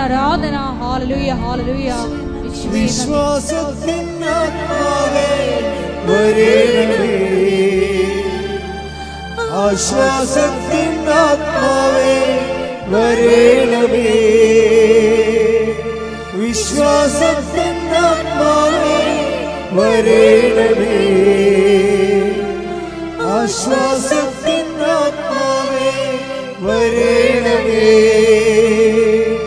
പരിശുദ്ധാത്മാവേ പാവനാത്മാവേ നിന്റെ ഹൃദയത്തിൽ വന്നു വാഴണേ. എപ്പോഴും നമ്മൾ ശ്രദ്ധിക്കേണ്ട കാര്യം, ഉടമ്പടിയെ ഇങ്ങനെ ഒക്കുമെങ്കിലും ഒക്കട്ടെ, നമുക്ക് ചെയ്ത് നോക്കാം. നിങ്ങൾ അങ്ങനെ ഒരു അംബിഗസ് ഹൈപ്പോത്തറ്റിക്കലായിട്ട് ഒരു സാങ്കല്പികമായിട്ട് ചെയ്യുമ്പോഴാണ് നിങ്ങൾ ശരിക്കും ഉടമ്പടി എടുത്ത് പണി മേടിക്കണത്. കാര്യം എന്താണ്? നിങ്ങൾ ദൈവത്തെ പരീക്ഷിക്കുകയാണ്. ചില ആൾക്കാരെന്ത് ചെയ്യും? അവർ ഉടമ്പടിയെക്കുറിച്ച് നല്ലവണ്ണം പഠിക്കും. ആദ്യം സാക്ഷ്യങ്ങളെല്ലാം കേട്ട് മനസ്സിൽ ഉറപ്പാക്കും. എന്നിട്ടെന്താ? ഒറ്റ ചെയ്താണ്. ഒറ്റ ചെയ്താണ്. ഉടമ്പടിക്ക് മുമ്പ് തന്നെ അവരിവിടെ വരുന്ന മുമ്പ് തന്നെ അവർ പോയി കുമ്പസാരിക്കും. അവർ ഇന്നലെ കേട്ട സാക്ഷ്യം എന്താണ്? ഞാൻ ഉടമ്പടിക്ക് മുമ്പ് തന്നെ 1 മാസമേ ഉടമ്പടിക്ക് എന്നെ ഒരുക്കിയെന്ന്. അതാണ് സംഭവം. ഞാൻ ഉടമ്പടി ചെയ്യുന്നതിന് 1 മാസം മുമ്പ് തന്നെ ഞാൻ ഉടമ്പടിയിലാണെന്ന രീതിയിൽ ജീവിക്കാൻ തുടങ്ങിയെന്ന് പറഞ്ഞിരിക്കുക. എന്താണ്? സത്യസന്ധമായിട്ട് ഇൻവെസ്റ്റ് ചെയ്തിരിക്കുകയാണ്. അപ്പം അങ്ങനെ വരണ കാരണം എന്ന് വെച്ച് കഴിഞ്ഞാൽ അവർക്ക് ലാഗിങ് വരത്തില്ല. പക്ഷേ ലാഗിങ് വന്നില്ലേലും ഇങ്ങനെയുള്ള ആൾക്കാരെ സംബന്ധിച്ചിടത്തോളം ആന്തരിക അഭിഷേകമുള്ള കാരണം അവർക്ക് ടൈം പ്രശ്നമല്ലാതെ വരും. ഒരു കംപ്ലൈൻറ്റും ചെയ്യത്തില്ല. എന്താ കാര്യം? അതിന് ടൈം ആകുമ്പോൾ കർത്താവ് കൃത്യമായിട്ടത് ചെയ്യും. ഇപ്പം എന്താ വിഷയം എന്ന് പറയണത്? ഇപ്പോൾ നിങ്ങൾക്കറിയാമല്ലോ, ഈ പറഞ്ഞ പ്രൊഫസർ ടോയ് തോമസിൻ്റെ വിഷയം തന്നെ എടുക്കുക. ആ ചേട്ടായി എന്താ ചെയ്യണത്? അവർ കോളേജ് പ്രൊഫസറാണ്, പക്ഷേ ഇവരും അതുപോലെ തന്നെ ടീച്ചറാണ്. പക്ഷെ അവരെന്ത് ചെയ്യും? അവർ ഈ സിറ്റുവേഷനിലും മറ്റുള്ളവർക്ക് ഈ പത്രങ്ങൾ കൊണ്ടുപോയി എല്ലായിടത്തും പറഞ്ഞിട്ട് അവരുടെ അനുഭവങ്ങളും, അവരുടെ അനുഭവം എന്ന് പറഞ്ഞാൽ എന്താണെന്നറിയാവോ? അവിടെ അനുഭവം എന്ന് പറഞ്ഞാൽ അവരുടെ രോഗത്തിന് എന്താ സംഭവിച്ചിരിക്കുന്നത്? റേഡിയേഷൻ പറ്റത്തില്ല, ഓപ്പറേഷൻ പറ്റത്തില്ല, കീമോ പറ്റത്തില്ല. പക്ഷേ പാലിയേറ്റീവ് കീമോ, മരിക്കാനുള്ള കീമോ കൊടുത്തിരിക്കുകയാണ്. ആ സംഭവം പക്ഷേ 1 കീമോ കഴിഞ്ഞ് 2 കീമോ 3ാമത്തെ കീമോ ടെസ്റ്റ് ചെയ്ത് നോക്കിയപ്പോൾ ഉണ്ട് 99% ഇവർ സുഖപ്പെട്ടിരിക്കുകയാണ്. ഹല്ലേലൂയ ഹല്ലേലൂയ. യേശുവേ നന്ദി. അപ്പം ഇവരുടെ അനുഭവങ്ങൾ പറഞ്ഞാണ് ഇവർ ആൾക്കാർക്ക് പത്രങ്ങൾ കൊടുക്കേണ്ടത്. എന്നുവെച്ചാൽ അത് കൊടുത്ത് ഒപ്പിച്ച് തീർക്കുന്ന ഒരു കാര്യമല്ല, മറിച്ച് എന്താണ്, അത് തന്നെ ഒരു ജോലിയാണ്, പ്രേക്ഷിത പ്രവർത്തനമാണ് ഉടമ്പടി. കാര്യം കാര്യം ഇത് ആദ്യമേ തന്നെ ഞാൻ തുടങ്ങിയപ്പോൾ തന്നെ പിശാച് പല്ലും നഖവും കൊണ്ട് പത്രത്തെ എതിർത്തായിരുന്നു. ഇപ്പം ഞാൻ 3-4 പേര് ഇതിൻ്റെ ഒരു കീബോർഡിൽ നിൽക്കുന്ന ആൾക്കാരുണ്ട്. ഞങ്ങൾക്ക് ഇതിനെക്കുറിച്ച് ഐഡിയ ഉണ്ട്, വ്യക്തമായ ഐഡിയ ഉണ്ട്. അപ്പോൾ എന്തെല്ലാം ലോകം മുഴുവനും തലകുത്തി മറിഞ്ഞാലും ഞങ്ങളുടെ തലകുത്തി മറിയത്തില്ല. എന്താ കാര്യം? ഇപ്പം ഞാൻ തന്നെ നിങ്ങളുടെ വിഷയത്തിൽ ഞാൻ എപ്പോഴും സംസാരിക്കണം. എന്താ കാര്യം ഈ വിഷയത്തിൻ്റെ ഇപ്പം ഞാൻ ജീവിച്ചിരിക്കുന്നതോളം കാലം ഫസ്റ്റ് ഹാൻഡ് പ്രൈമറി വിറ്റ്നസ് ഞാനാണ്. മാതാവ് പ്രത്യക്ഷപ്പെടേണ്ട കണ്ടത് ഞാൻ മാത്രമേ അമ്മയെ കണ്ടുള്ളൂ, സത്യമായിട്ടും കണ്ടുള്ളൂ. പക്ഷെ ഇന്ന് ലക്ഷക്കണക്കിന് മനുഷ്യർ അമ്മയെ കാണുന്നുണ്ട്, അനുഭവത്തിലൂടെ നേരെയും. അപ്പോൾ ഇപ്പോൾ തന്നെ പ്രൊഫസർ ജോയ് തോമസിൻ്റെ ഈ ക്യാൻസർ വന്നിരിക്കുന്ന ചേച്ചി ഒരു ദിവസം വചനം കേട്ടുകൊണ്ടിരിക്കുക പറയും, ഇന്ന് കഠോരമായ രോഗത്തിലിരിക്കുന്നവർ മാതാവിൻ്റെ സാന്നിധ്യം മഴവില്ല് പോലെ കാണുമെന്ന് പറഞ്ഞ് അതുപോലെ തന്നെ കണ്ട്. അതെന്താ കാര്യം വെച്ച് കഴിഞ്ഞാൽ ഈ വിശ്വാസത്തിൽ ദൈവത്തെ അന്വേഷിക്കുന്നവർക്ക് ദൈവം സമീപസ്ഥനാണ്. ഹൃദയ പരമാർത്ഥതയോടെ take the bed of God. സ്തുതിക്കട്ടെ. ഹല്ലേലൂയ ഹല്ലേലൂയ ഹല്ലേലൂയ ഹല്ലേലൂയ. യേശുവേ നന്ദി. ഹല്ലേലൂയ ഹല്ലേലൂയ ഹല്ലേലൂയ. യേശുവേ ആരാധന ആരാധന ആരാധന. യേശുവേ നന്ദി. മഹത്വം മഹത്വം മഹത്വം മഹത്വം. ഹല്ലേലൂയ ഹല്ലേലൂയ ഹല്ലേലൂയ.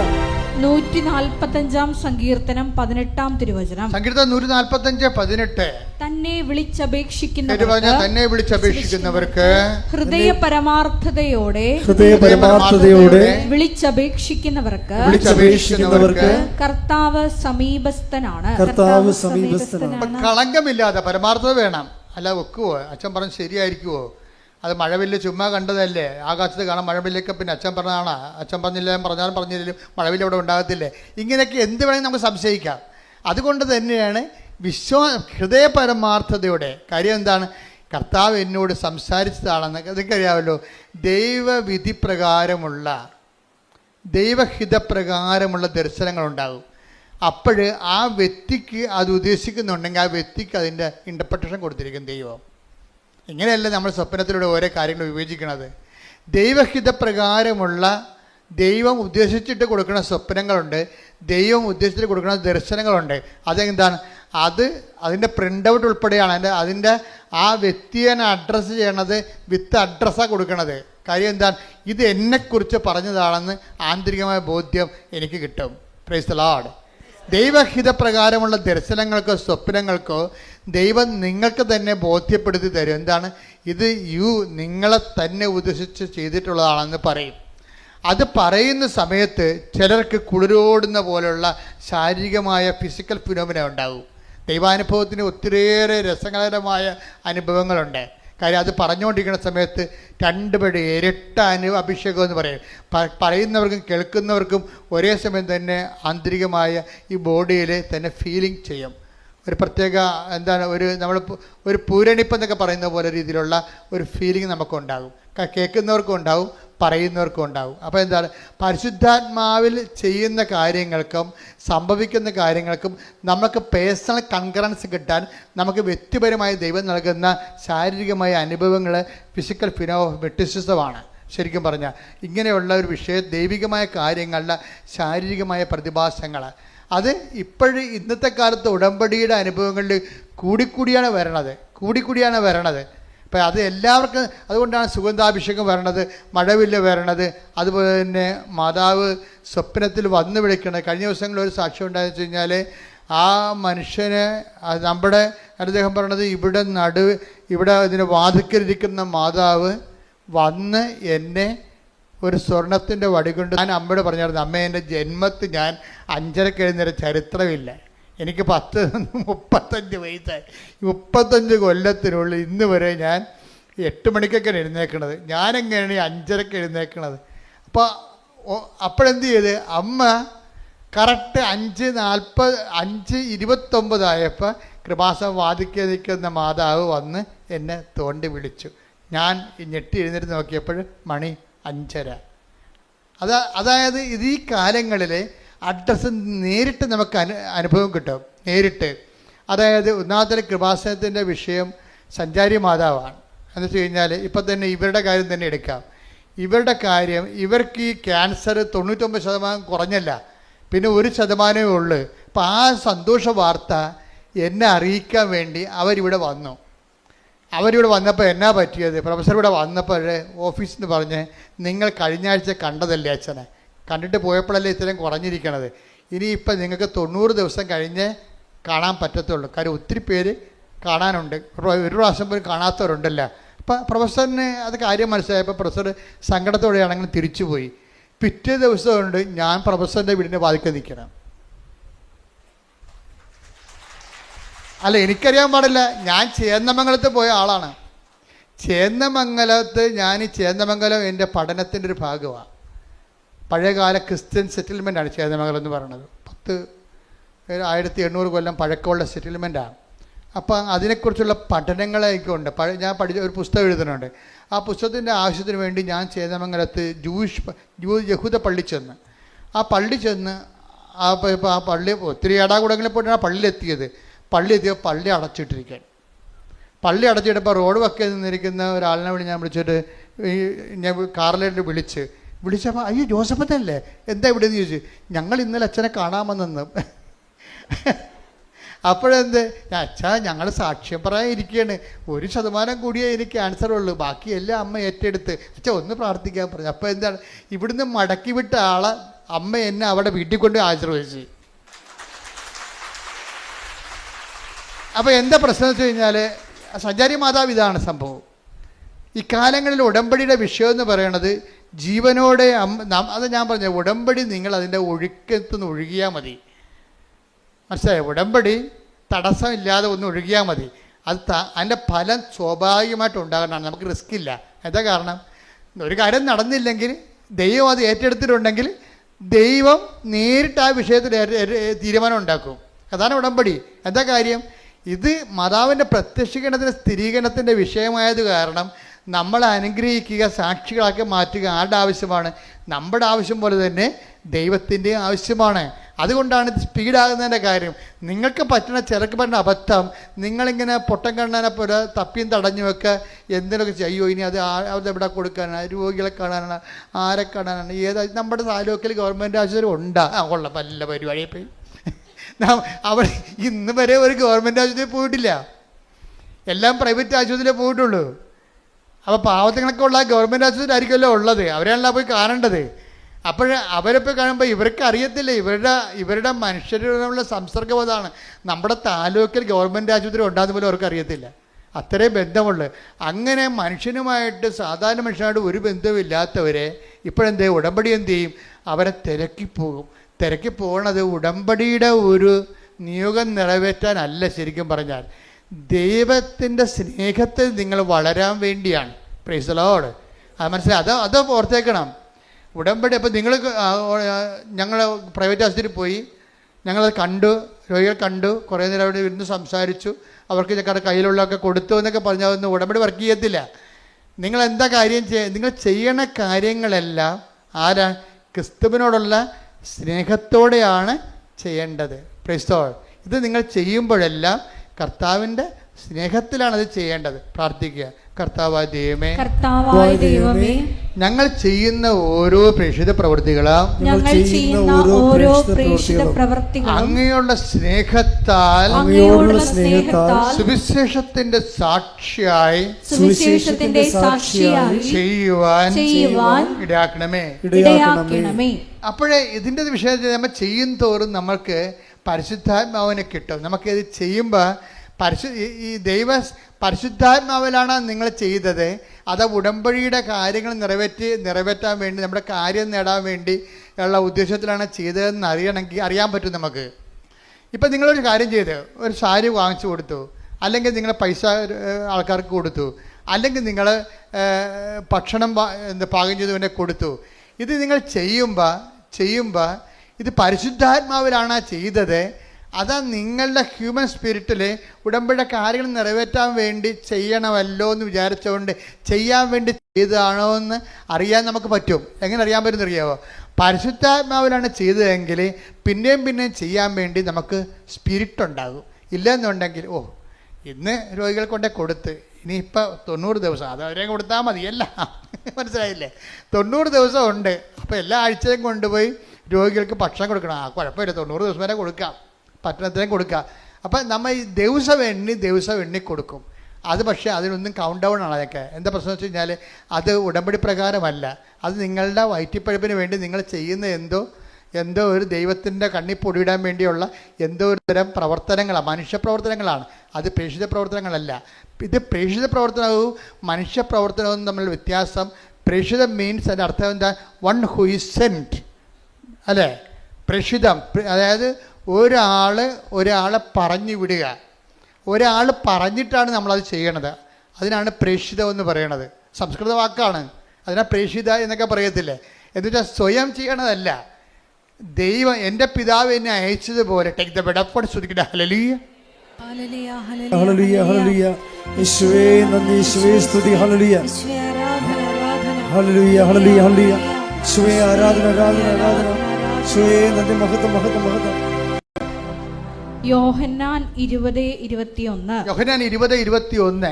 പിതാവ് എന്നെ അയച്ചതുപോലെ പറഞ്ഞ പിതാവ് എന്നെ അയച്ചതുപോലെ ഞാനും നിങ്ങളെ അയക്കുന്നു. അതാണ് വിഷയം. ഞാനും അയക്കുന്നു. അടുത്ത വരി. ഇത് പറഞ്ഞിട്ട് അവരുടെ മേൽ വിശ്വസിച്ചുകൊണ്ട് അവരോട് അരുൾ ചെയ്തു, നിങ്ങൾ പരിശുദ്ധാത്മാവിനെ സ്വീകരിക്കുവിൻ. അപ്പോൾ എപ്പോഴും പ്രേക്ഷിത പ്രവർത്തനത്തിന് അത് എൻസ്പിരിറ്റഡ് ആണ്. മനസ്സിലായില്ലേ? മറ്റൊരു സാധാരണ പ്രവർത്തനങ്ങൾക്ക് ഹ്യൂമൻ സ്പിരിറ്റഡ് ആണ്. ഇത് വ്യത്യാസം ഇതാണ്. പ്രേക്ഷിത പ്രവർത്തനം. ഇപ്പം നമ്മൾക്ക് നമ്മുടെ IELTS പാസ്സാകാൻ വേണ്ടി നമ്മൾ പൊതിച്ചോറ് കെട്ടിക്കൊണ്ടുപോയി രോഗികൾക്ക് കൊടുക്കുന്നു, ഗുഡ് ബൈ, അവരും തിന്ന് നമുക്ക് സമാധാനം. എന്നിട്ട് നമ്മൾ കമ്പ്യൂട്ടറെ റിസൾട്ട് വന്നാന്ന് പറഞ്ഞ് കൈയടിച്ചെടുത്ത് നോക്കിക്കൊണ്ടിരിക്കുന്നു. ഇത് ഹ്യൂമൻ സ്പിരിറ്റിലാണ് വർക്ക് ചെയ്യണത്.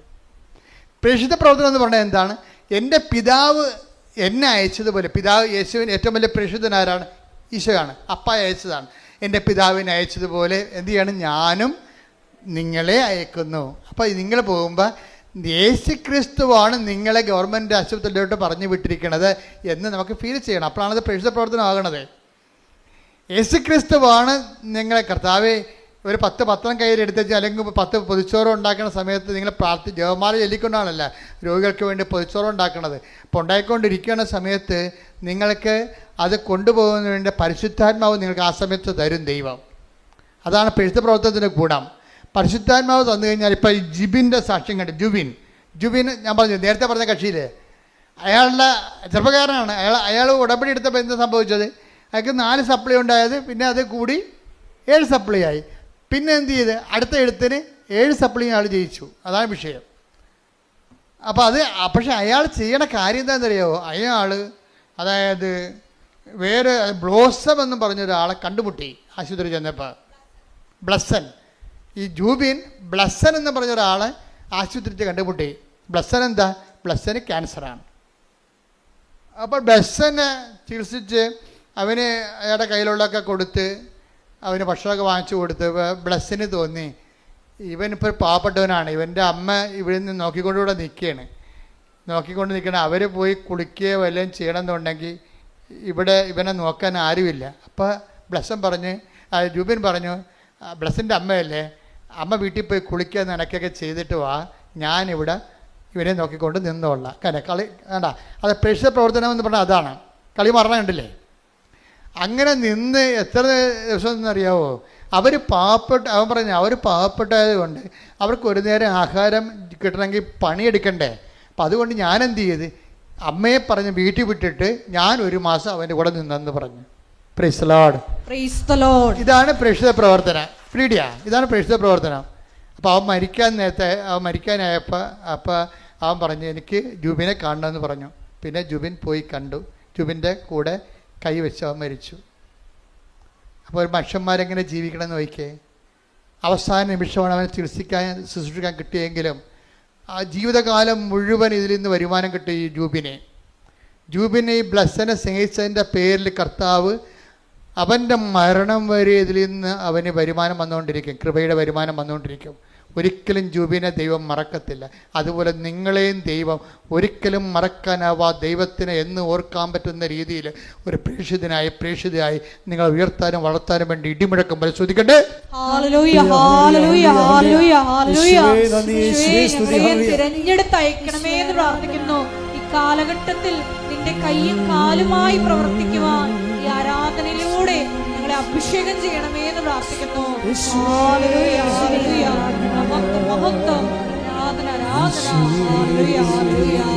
ഒരുമിച്ച് പാടാം.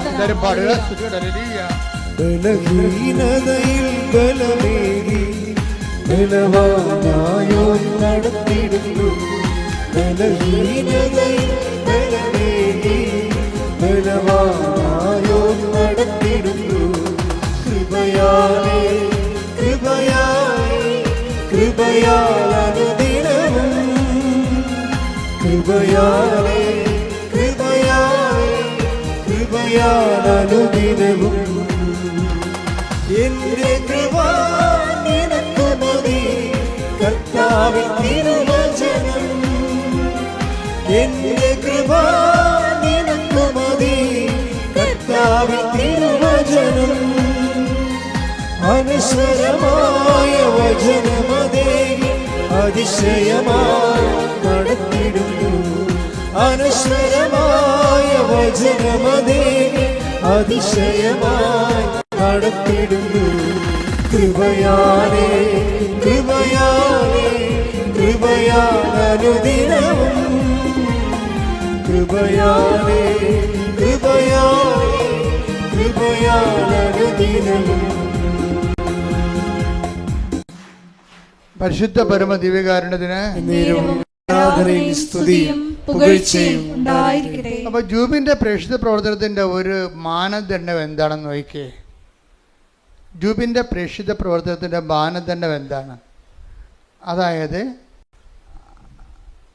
അത് ക്രിസ്തുവിൻ്റെ പ്രേക്ഷിത പ്രവർത്തനത്തെക്കുറിച്ചുള്ള വിഭാവനതയാണ് ഇവിടെ മാനദണ്ഡമാണിത്. എപ്പോഴും നമ്മൾ വിഷയം ശ്രദ്ധിക്കേണ്ടത് വെച്ചാൽ നമുക്ക് ഓരോ ഉടമ്പടി എടുക്കുമ്പോൾ ഓരോ ലക്ഷ്യങ്ങളുണ്ട്. ഇപ്പം ഞാൻ ആദ്യകാലങ്ങളൊക്കെ പറഞ്ഞുകൊണ്ടിരുന്നത് ഇപ്പോഴും പറയണത് അതാണ്, ഉടമ്പടി ഉടനടി പരിഹാരം. ഒരു സംശയമില്ല കാര്യത്തിൽ, നിങ്ങൾ പത്രം എടുത്ത് നോക്കിയാൽ മതി. പക്ഷേ ഈ ഉടമ്പടി ഉടനടി പരിഹാരം കിട്ടിയില്ലെങ്കിലും 10,000 ഇപ്പോഴും ഇത്തിരി ഉടമ്പടി ദൈവത്തിൻ്റെ സമയത്താണത് നടക്കണമെന്നുണ്ടെങ്കിൽ 10,000 അതിനുള്ളിൽ വിശുദ്ധരായി ജീവിക്കുന്നുണ്ടെന്ന്. എന്താ കാര്യം? കർത്താവ് ചെയ്യുമ്പോൾ എല്ലാം കൃത്യമായിട്ട് ചെയ്യുന്നവർക്ക് നല്ല ക്രിസ്തുവിനെക്കുറിച്ച് നല്ല ഐഡിയ ഉണ്ട്. ക്രിസ്തുവിനെക്കുറിച്ച് ഐഡിയ ഇല്ലാത്ത ജനങ്ങളോട് സംസാരിക്കുമ്പോൾ എന്ത് ചെയ്യണം? ആ രീതിയിൽ സംസാരിക്കാൻ പറ്റത്തുള്ളൂ നമുക്ക്. ഉദാഹരണത്തിന് 1 Corinthians 3:1 എടുത്തേ. സഹോദരങ്ങളെ എനിക്ക് നിങ്ങളോട് ആത്മീയ മനുഷ്യരോട് എന്നതുപോലെ സംസാരിക്കാൻ സാധിച്ചില്ല. ജഡിക മനുഷ്യരോട് എന്നതുപോലെയും ക്രിസ്തുവിനെ കുറിച്ചുള്ള അറിവിന്റെ കാര്യത്തിൽ പൈതങ്ങളോട് എന്നതുപോലെയുമാണ് നിങ്ങളോട് ഞാൻ സംസാരിച്ചത്. പൈതങ്ങളോട് സംസാരിക്കുമ്പോൾ എന്ത് ചെയ്യണം? അവർക്ക് മിഠായി, ബലൂൺ, അതുപോലെയുള്ള കളിപ്പാട്ടം, ഇങ്ങനെ കുറേ സംഭവങ്ങളില്ലേ, അവർ കിട്ടിയാൽ മാത്രമേ മദറിൻ്റെ സ്നേഹം. നിങ്ങൾക്കറിയാവില്ല, ഇപ്പം കുഞ്ഞുങ്ങളെ അമ്മയെന്ന് വിളിക്കണ ആരെയാണ്? പലപ്പോഴും ആയമാരെ വിളിക്കണതല്ലേ. നാളെ ബംഗാളി ചേച്ചിമാർ വന്ന് നമ്മുടെ പിള്ളേർക്ക് നിങ്ങൾ 4 ലക്ഷത്തിൻ്റെ ശമ്പളം മേടിക്കും, നിങ്ങളുടെ മക്കൾക്ക് മുല കൊടുക്കുന്നവരായിരിക്കും ബംഗാളി ചേച്ചിമാരായിരിക്കും. അപ്പം നമ്മുടെ മക്കൾ അവരെന്തെന്ന് വിളിക്കും? അമ്മയെന്ന് വിളിക്കും. നിങ്ങളെന്തെന്ന് വിളിക്കും? ആയെന്ന് വിളിക്കും. ഇതാണ് പ്രശ്നം. പിള്ളേരുടെ ഒരു സൈക്കോളജിയിൽ എന്താ ഉള്ളത്? ആര് എന്ത് കൊടുക്കുന്നു അവരാണ് അമ്മ. ഞാൻ പറഞ്ഞിട്ട് കാര്യമില്ല. ആര് കൊടുക്കുന്നു? അമ്മയെ എപ്പോഴും അമ്മയാൽ നിൽക്കുന്നത് എന്തുകൊണ്ടാണ്? എല്ലാ കാര്യങ്ങളും കുഞ്ഞിനെ ചെയ്ത് കൊടുക്കുന്നത് കൊണ്ടാണ്. അപ്പം ദൈവത്തിന് ഇങ്ങനെ ഒരു കാലം ഉണ്ടെന്നാണ് പൗലോസ് പറയുന്നത്. ഒന്നിനു വായിച്ചത്. സഹോദരങ്ങളെ എനിക്ക് നിങ്ങളോട് ആത്മീയ മനുഷ്യരോട് എന്നതുപോലെ സംസാരിക്കാൻ സാധിച്ചില്ല. സംസാരിക്കാൻ സാധിക്കും. ആത്മീയ മനുഷ്യരോടാണ് സംസാരിക്കണം എന്നുണ്ടെങ്കിൽ എന്താണ്? നേരത്തെ പറഞ്ഞ കാര്യം 1 തിമോത്തി 4:8 എന്താണ്? ആത്മീയ മനുഷ്യരോട് സംസാരിക്കുന്നത് എന്തിനെക്കുറിച്ചാണ്? നിത്യജീവനെക്കുറിച്ചായിരിക്കും. ജഡിക മനുഷ്യരോട് സംസാരിക്കുന്നത് എന്തിനെക്കുറിച്ചായിരിക്കും? ഈ ജീവിതത്തിന് വേണ്ടിയായിരിക്കും സംസാരിക്കണത്. അപ്പോൾ ഈ ജീവിതത്തിന് വേണ്ടി കർത്താവ് അഡ്രസ്സ് ചെയ്യണില്ലേ? അതാണല്ല ഉടമ്പടി. ഈ ജീവിതത്തിന് വേണ്ടി അവർക്ക് വീഞ്ഞില്ല, അവർക്ക് വീടില്ല, അവർക്ക് ജോലിയില്ല, അവരുടെ വിവാഹം നടക്കണില്ല, അവർക്ക് രോഗമാണ്. ഇതല്ലേ പരിശുദ്ധ ഉടമ്പടിയിലൂടെ ഈശോയോട് പറഞ്ഞിട്ടല്ലേ സമയബന്ധിതമായി ഈ വിഷയം സമാധാനം ഉണ്ടാകേണ്ടത്. പക്ഷേ അടുത്ത പടി എന്താണ് ഉടമ്പടിയുടെ? ഈ ജീവിതത്തിന് വേണ്ടി മാത്രമാണ് നിങ്ങൾ യേശു ക്രിസ്തു പ്രതിഷ്ഠിക്കുന്നത്. വെള്ളപ്പാട് ശ്രദ്ധിക്കട്ടെ. ഹല്ലേലൂയ ഹല്ലേലൂയ ഹല്ലേലൂയ ഹല്ലേലൂയ ഹല്ലേലൂയ ഹല്ലേലൂയ. യേശുവേ നന്ദി, യേശുവേ സ്തുതി. 1 കൊരിന്തോസ് 15:19 ആ ഈ ജീവിതത്തിന് വേണ്ടി മാത്രം പറഞ്ഞ ഈ ജീവിതത്തിന് വേണ്ടി മാത്രം ക്രിസ്തുവിൽ പ്രത്യാശ വച്ചിട്ടുള്ളവരാണെങ്കിൽ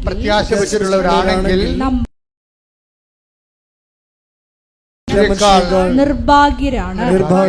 പ്രൈസ് ദി ലോർഡ്. അപ്പൊ ക്രിസ്തുവിൽ പ്രത്യാശ അർപ്പിക്കണത് എന്തിനാണ്?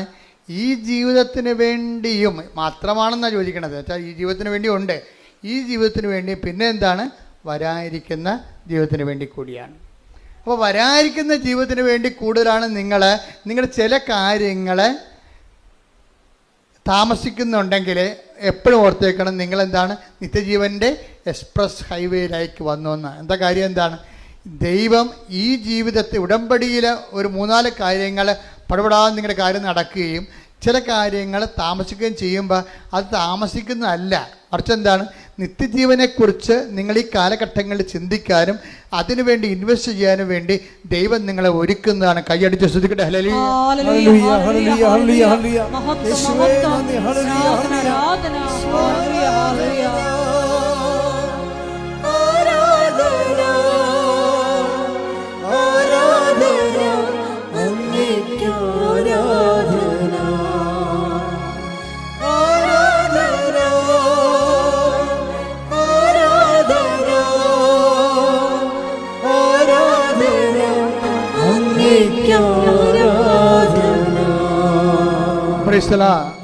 മലയാളിക്ക് ഒരു കുഴപ്പമുള്ളേ, മലയാളിക്ക് എന്ത് ബൈബിൾ പഠിച്ചാലും അവനെ നയിക്കുന്നത് പഴഞ്ചൊല്ലായിരിക്കും. മലയാളി എന്ത് മലയാളിയുടെ ഒരു ദുരന്തം അതാണ്. എന്ത് ബൈബിൾ അവൻ പഠിച്ചാലും അവനെ നയിക്കണത് ആരായിരിക്കും? പഴഞ്ചൊല്ലായിരിക്കും. അത് നമ്മൾ അറിയത്തില്ല. നമ്മൾ അറിയാതെ നമ്മുടെ അകത്ത് കിടക്കുന്നൊരു വൈറസാണ് ഈ പഴഞ്ചൊല്ല്. ഇപ്പം നിങ്ങൾ പറയും ആറ്റിക്കളഞ്ഞാലും പണിയായി. അതേ സംഭവം മലയാളം അങ്ങനെ ചെയ്യത്തുള്ളൂ. അവൻ അർത്ഥ കൈക്ക്. അപ്പം ഈ ബേസിക് സ്വഭാവങ്ങളുള്ള കാരണം തന്നെ ദൈവാനുഗ്രഹം കുറയാൻ സാധ്യതയുണ്ട്. നമ്മുടെ സാംസ്കാരിക അവബോധം മനസ്സിൽ കിടക്കുന്നത് എന്താണ്? ഇതുപോലെ തന്നെ ബൈബിളേതരമായി നിലവാരപ്പെട്ടിട്ടുള്ള ദൈവഹിതപ്രകാരമുള്ള ദൈവത്തെ സ്വീകരിക്കാത്ത ഒരു ജനതയുടെ സ്വയം പ്രകാശനങ്ങളാണ്. അതിനാണ് പഴഞ്ചൊല്ലെന്ന് പറയണത്. എന്താ പ്രോബ്ലം എന്ന് വെച്ച് കഴിഞ്ഞാൽ ബൈബിളിനെതിരാണ്. നിങ്ങൾ പറയും ആറ്റിക്കളഞ്ഞാലും അളന്ന് കളയണം. അപ്പോൾ കർത്താവ് എന്ന് പറയും, നിങ്ങൾ അളക്കുന്ന അളവ് പോലോണ്ട് തന്നെ തിരിച്ച് നിങ്ങൾക്ക് മാത്രം അളന്നാൽ പറ്റുന്നില്ല. മത്തായി 7:2 നിങ്ങൾ അളക്കുന്ന അളവ് കൊണ്ട് തന്നെ നിങ്ങൾക്കും അളന്ന് കിട്ടും. പക്ഷെ ഇത് എങ്ങനെ സംഭവിച്ചിരിക്കുന്നത്? ഈ ലൂക്കാസ് വിശേഷമാണ് നല്ലത്. ലൂക്കാസ് വിശേഷം 6:38 അവസാനമാണ് പറയണത്, നിങ്ങൾ അളക്കുന്ന അളവുകോല് കൊണ്ട് തന്നെ നിങ്ങൾക്കും അളന്ന് കിട്ടുമെന്ന്. പക്ഷെ എന്താ പ്രശ്നം വെച്ചാൽ അതൊക്കെ മുമ്പ് പറഞ്ഞ വാക്ക് എന്താണ്? കൊടുക്കുവിൻ നിങ്ങൾക്ക് ലഭിക്കും. അതാണ് പറഞ്ഞത്. അതിക്ക് മുമ്പ് പറയാം, കൊടുക്കുവിൻ നിങ്ങൾക്ക് ലഭിക്കും. എന്ത് കിട്ടും? അമർത്തി കുലുക്കി നിറച്ചളന്ന് അവൻ നിൻ്റെ മടിയിലോട്ട് ചൊരിയും എന്ന് പറഞ്ഞിട്ടാണ് പറഞ്ഞത്. ഇങ്ങനെ ചൊരിയണമെങ്കിൽ എന്ത് ചെയ്യണം? നിങ്ങൾ അളക്കുന്ന അളവുപോലെ കണ്ടിട്ട് നിങ്ങൾക്ക് കൈ നീളത്തില്ലെന്ന് ദൈവം കൈ നീളത്തില്ലെന്ന് അർത്ഥം. നമ്മൾക്ക് കൈ നീളത്തില്ലെങ്കിൽ ദൈവത്തിൻ്റെ കൈ നീളത്തില്ലെന്നാണ് ഈ പറയണത്. കേൾക്കുമ്പോൾ അവർക്കും നമുക്ക് കൊടുക്കുമെന്നെങ്കിൽ ലഭിക്കും. പക്ഷെ എങ്ങനെ കൊടുക്കണം? അമർത്തി കുലുക്കി നിറച്ച് അളന്ന് അവൻ നിൻ്റെ മടിയിലോട്ട് ചൊരിയണമെങ്കിൽ എന്ത് ചെയ്യണം? നമ്മൾ അളക്കണം ആദ്യം. നിങ്ങൾ അളക്കുന്ന അളവ്, അല്ലാതെ ദൈവമാണല്ലോ ആദ്യം അളക്കണത്. ആ വചനം ഒന്ന് വായിച്ചേ. ലൂക്ക 6:38. ലൂക്ക 6:38. കൊടുക്കുവിൻ കൊടുക്കുവിൻ നിങ്ങൾക്കും കിട്ടും, നിങ്ങൾക്ക് ലഭിക്കും. അമർത്തി കുലുക്കി അമർത്തി കുലുക്കി നിറച്ചളന്ന് അവർ നിങ്ങളുടെ മടിയിൽ ഇട്ടുതരും. നിങ്ങളുടെ മടിയിൽ തരും. നിങ്ങൾ അളക്കുന്ന അളവ് കൊണ്ട് തന്നെ നിങ്ങൾ അളക്കുന്ന അളവ് കൊണ്ട് തന്നെ നിങ്ങൾക്കും അളന്ന് കിട്ടും. നിങ്ങൾക്കും അളന്ന് കിട്ടും. ഞാൻ എന്ത് ഇത് വായിച്ചപ്പോഴേക്കും ഈ ജുബിനുണ്ടല്ലോ നിത്യത സമൃദ്ധമായിരിക്കും. എന്താ കാര്യം? ഞാൻ രോഗിയായിരുന്നു, നിങ്ങൾ എന്നെ കണ്ടു എന്ന് പറഞ്ഞില്ലേ? കണ്ടിട്ടാൻ പോകുന്നില്ലല്ലോ, 1 മാസം അവിടെ നിന്നില്ലേ? അതാണ് സംഭവം. എൻ്റെ പിതാവിനാൽ അനുഗ്രഹം. ഇപ്പം നിങ്ങൾ ഓർക്കും ശരിയാണ്, കൊടുക്കും നമുക്ക് ലഭിക്കും. അപ്പോൾ നമുക്ക് IELTS പാസ്സാവുന്ന വെച്ചാൽ പറയണം ശരി. അപ്പോൾ നമ്മുടെ പുരയിടം വിറ്റുപോകും, നല്ല വിലക്ക് വിറ്റുപോകുമായിരിക്കും. നിങ്ങൾ ഞാൻ പറയണതൊന്ന് ചിന്തിക്കണ വേറെ. നിങ്ങൾ കൊടുക്കും, ശരി ശരി, അവന് നമ്മൾ ആണെങ്കിൽ നമുക്ക് 2 കിലോ അരി വാങ്ങിച്ചു കൊടുക്കാം, 10 ഉടുപ്പ് വാങ്ങിച്ചു കൊടുക്കാം. അങ്ങനെയാണെങ്കിൽ പിന്നെ എന്ത്, അപ്പോൾ ജോലി കിട്ടുമല്ല, അപ്പോൾ ശമ്പളം കിട്ടുമല്ല, അപ്പോൾ നമ്മൾ 100 ഉടുപ്പ് തിരിച്ച് വാങ്ങിക്കാമല്ല. ഇങ്ങനെ ഭാഗികമായിട്ടും മാനുഷികമായിട്ടും ക്യാഷ് ആൻഡ് കയ്യിലാണ് വചനം നിങ്ങൾ ചിന്തിക്കുകയും ആലോചിക്കുകയും മനസ്സിലാക്കുകയും ചെയ്യും. അതല്ല ഇവിടുത്തെ പ്രശ്നം. എന്താ പ്രശ്നം? ഈ നിത്യതയെക്കുറിച്ചാണ് കർത്താവ് ഇതെല്ലാം പറഞ്ഞിരിക്കുന്നത്. എൻ്റെ ഞാൻ രോഗിയായിരുന്നു, നിങ്ങൾ എന്നെ സന്ദർശിച്ചു. എൻ്റെ പിതാവിനാൽ അനുഗ്രഹീതരെ വരുവിൻ, ലോകാരംഭം മുതൽ ഒരുക്കിയിരിക്കുന്ന രാജ്യം നിങ്ങൾ കൈവശമാക്കിക്കൊള്ളുവിൻ. നിത്യതയെക്കുറിച്ചാണ് ഇതെല്ലാം പറയണത് പലതും. അപ്പോൾ ജൂബിനെ സംബന്ധിച്ചിടത്തോളം ഒരു മണിക്കൂർ പോയി നിൽക്കാൻ പറഞ്ഞപ്പോൾ അവനെന്ത് ചെയ്ത് 1 മാസം പോയി നിന്ന്. അപ്പോൾ അവന് എന്താ കിട്ടാൻ പോണേ?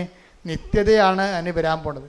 അവൻ്റെ ഇതിനോടുകൂടി നിത്യത. അപ്പം നിങ്ങളൊക്കെ ചത്ത് കഴിയുമ്പോൾ ഈ ജീവിതത്തിൽ എന്താ അച്ഛൻ ഈശോ ഒന്നും പറയാത്തത്? അങ്ങനെയാണ് ചേർത്ത് നൽകുമെന്ന് ഈശോ പറയണത്. വരാനിരിക്കുന്ന രാജ്യത്തെ നിത്യജീവനം.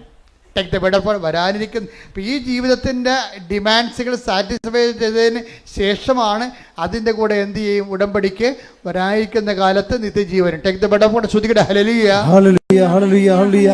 യേശുവേ നന്ദി, യേശുവേ സ്തുതി. ഹല്ലേലൂയ ഹല്ലേലൂയ ഹല്ലേലൂയ ഹല്ലേലൂയ ഹല്ലേലൂയ. മർക്കോസ് 10:29-30. മർക്കോസ് 10:29-30. യേശു പ്രതിവചിച്ചു, സത്യമായി ഞാൻ നിങ്ങളോട് പറയുന്നു, സത്യമായി ഞാൻ നിങ്ങളോട് പറയുന്ന എന്നെ പ്രതിയും സുവിശേഷത്തെ പ്രതിയും ഭവനത്തെയോ സഹോദരന്മാരെയോ സഹോദരിമാരെയോ മാതാവിനെയോ പിതാവിനെയോ മക്കളെയോ വയലുകളെയോ ത്യജിക്കുന്നവരിൽ ആർക്കും ഇവിടെ വെച്ച് തന്നെ 100 ഇരട്ടി ലഭിക്കാതിരിക്കില്ല.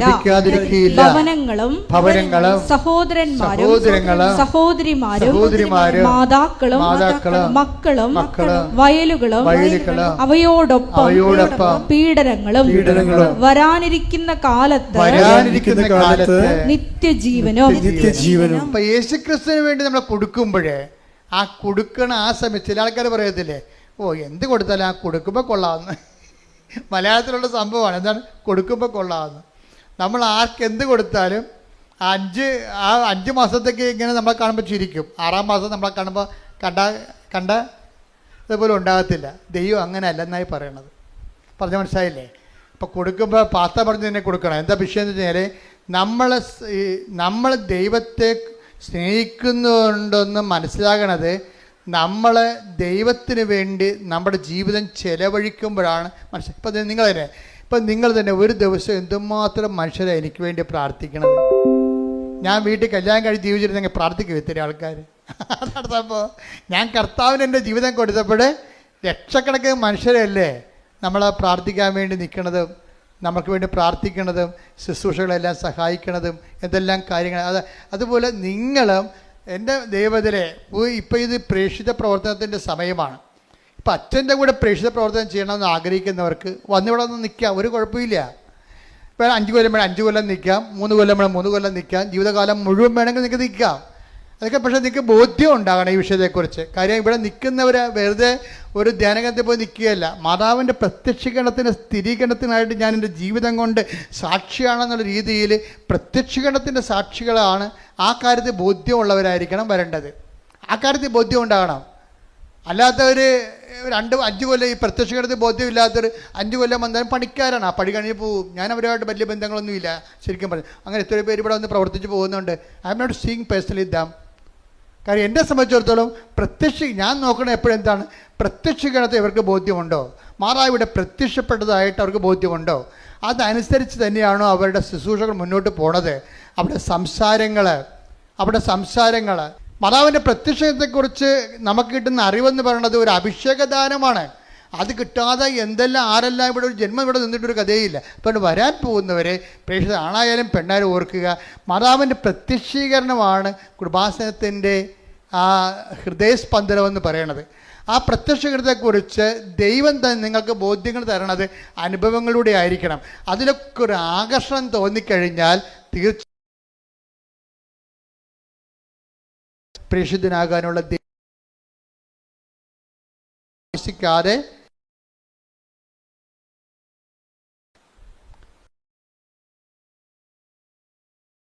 വിളി ഈ സന്യസ്തന്മാരെ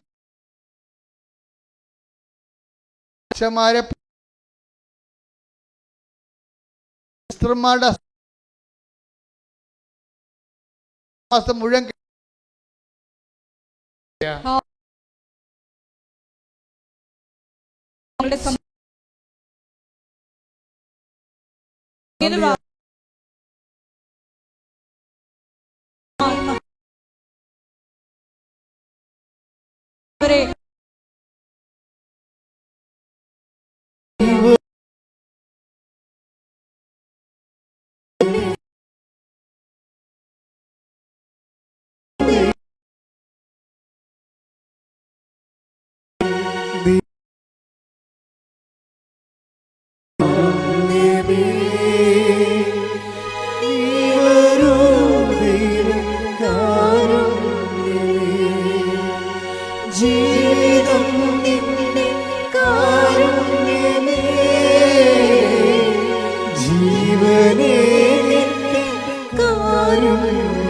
ദൈവകാരുണ്യം ഒരുമിച്ച് പാടുക.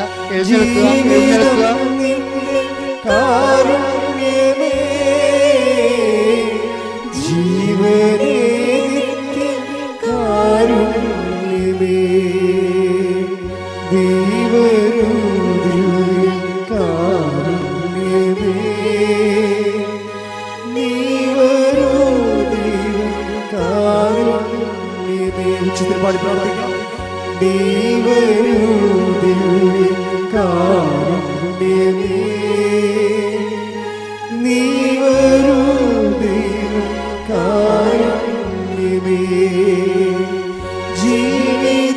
നിന്റെ കാരുണ്യമേ, ജീവനേ നിത്യ കാരുണ്യമേ, ജീവിതം നിന്റെ കാരുണ്യമേ, ജീവനേ നിത്യ കാരുണ്യമേ. സ്തുതിച്ച് പ്രാർത്ഥിക്കാം. ഹല്ലേലൂയ, ഹല്ലേലൂയ,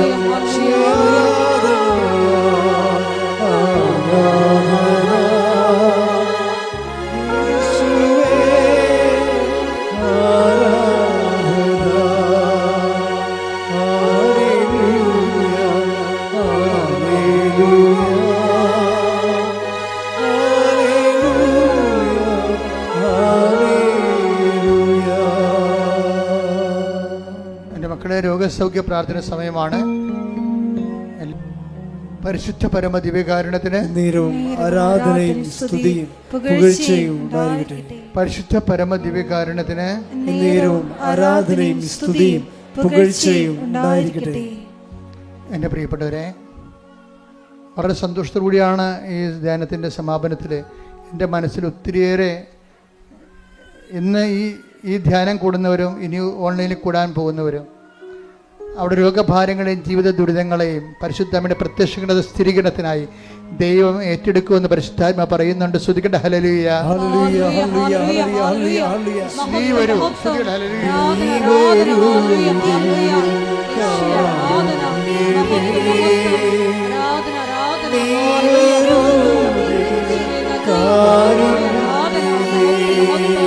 ചെല്ലരും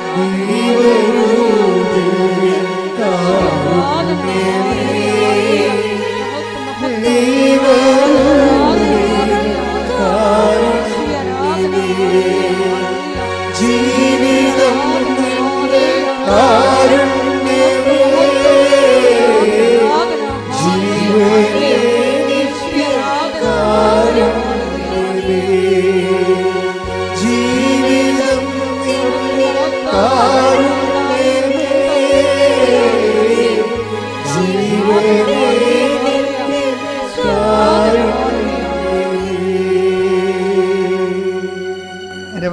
പരിശുദ്ധാത്മാവ് നമ്മൾ കുളിച്ച് നിൽക്കുന്ന ഒരു സമയമാണിത്.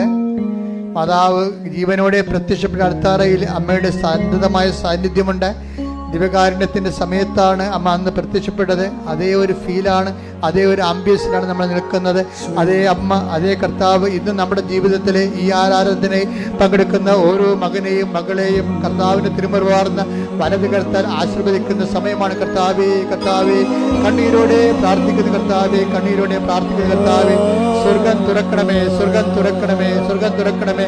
അടിപ്പിണർ പോലെ, അടിപ്പിണർ പോലെ, വൈദാക്കാലം പോലെ, വൈദാക്കാലം പോലെ ദൈവികമായ ശക്തി, ദൈവികമായ ശക്തി ഓരോ മകന്റെ മേലും, ഓരോ മകളുടെ മേലും അടിപ്പിണ പോലെ, വൈദാക്കാലം പോലെ ദൈവികമായ ശക്തി ഓരോ മകന്റെ മേലും ഇളകണ. കർത്താവിന്റെ വിശുദ്ധ രക്തം, കർത്താവിന്റെ വിശുദ്ധ രക്തം ഉച്ച മുതല്, കർത്താവിന്റെ വിശുദ്ധ രക്തം ഉച്ച മുതല് ഉള്ളംകാല വരെ കർത്താവിന് ഇത് അരിച്ചിറങ്ങട്ടെ, അരിച്ചിറങ്ങട്ടെ. കർത്താവിന് ശക്തി. കർത്താവ് തൈറോയ്ഡ് രോഗികള്, തൈറോയ്ഡ് രോഗികള്, PCOD രോഗികള്, പിസ്റ്റുല രോഗികള്, കരള് രോഗികള്, ഹൃദയ രോഗികള്, ശ്വാസകോശ രോഗികള്, ഹൃദയ രോഗികള്, കിഡ്നി രോഗികള്, കുടല് രോഗികള്, ക്യാൻസർ രോഗികള്, യേശു ക്രിസ്തുവിന്റെ ഉന്നതമായ നാമത്തില് മാറിപ്പോകട്ടെ. ശ്രുതിക്കട്ടെ.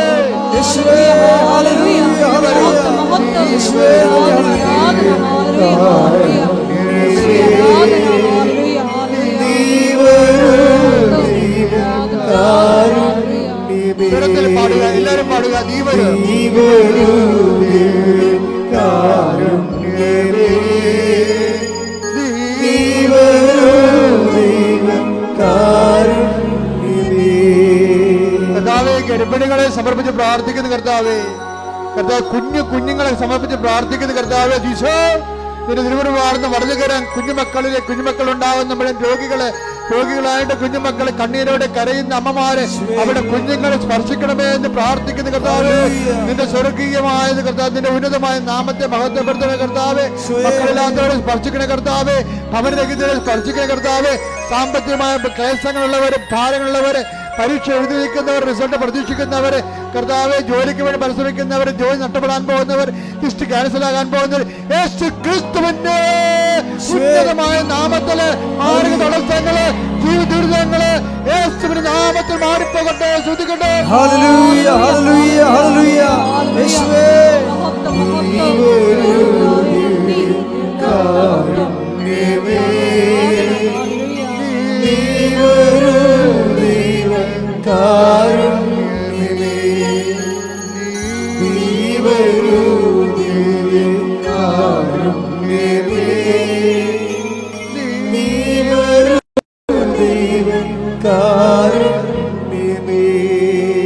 കർത്താവിന്റെ ഉന്നതമായ നാമത്തിന് സ്വസ്ഥം ചെയ്യുന്ന കർത്താവേ, കണ്ണിന് കരുക്കളുള്ളവരെ, കണ്ണിന് ദശ വളരുന്നവരെ, കർത്താവ് കണ്ണിന് കാഴ്ച മുട്ടിയവരെ അങ്ങനെ തിരിച്ച് സമർപ്പിച്ച് പ്രാർത്ഥിക്കുന്ന, മറാത്ത തലവേദന ഉള്ളവരെ സമർപ്പിച്ച് പ്രാർത്ഥിക്കുന്ന കർത്താവേ,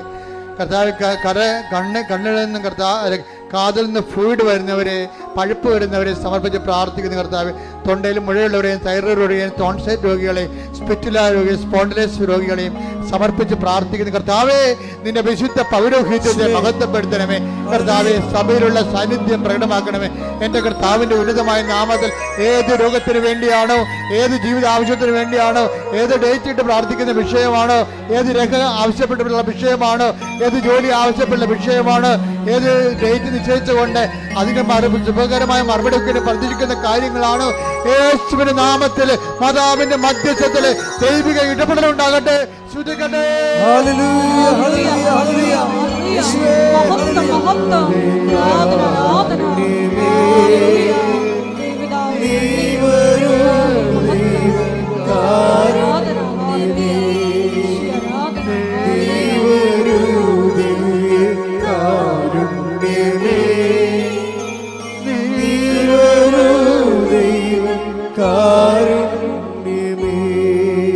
എന്റെ മക്കളെ, നിങ്ങളുടെ സന്തോഷത്തോടെ കൈകൾ നെഞ്ചത്ത് വെച്ചുകൊണ്ട് പ്രാർത്ഥിക്കുക. അച്ഛൻ പ്രാർത്ഥിക്കുമ്പോൾ ശ്രദ്ധിക്കണം.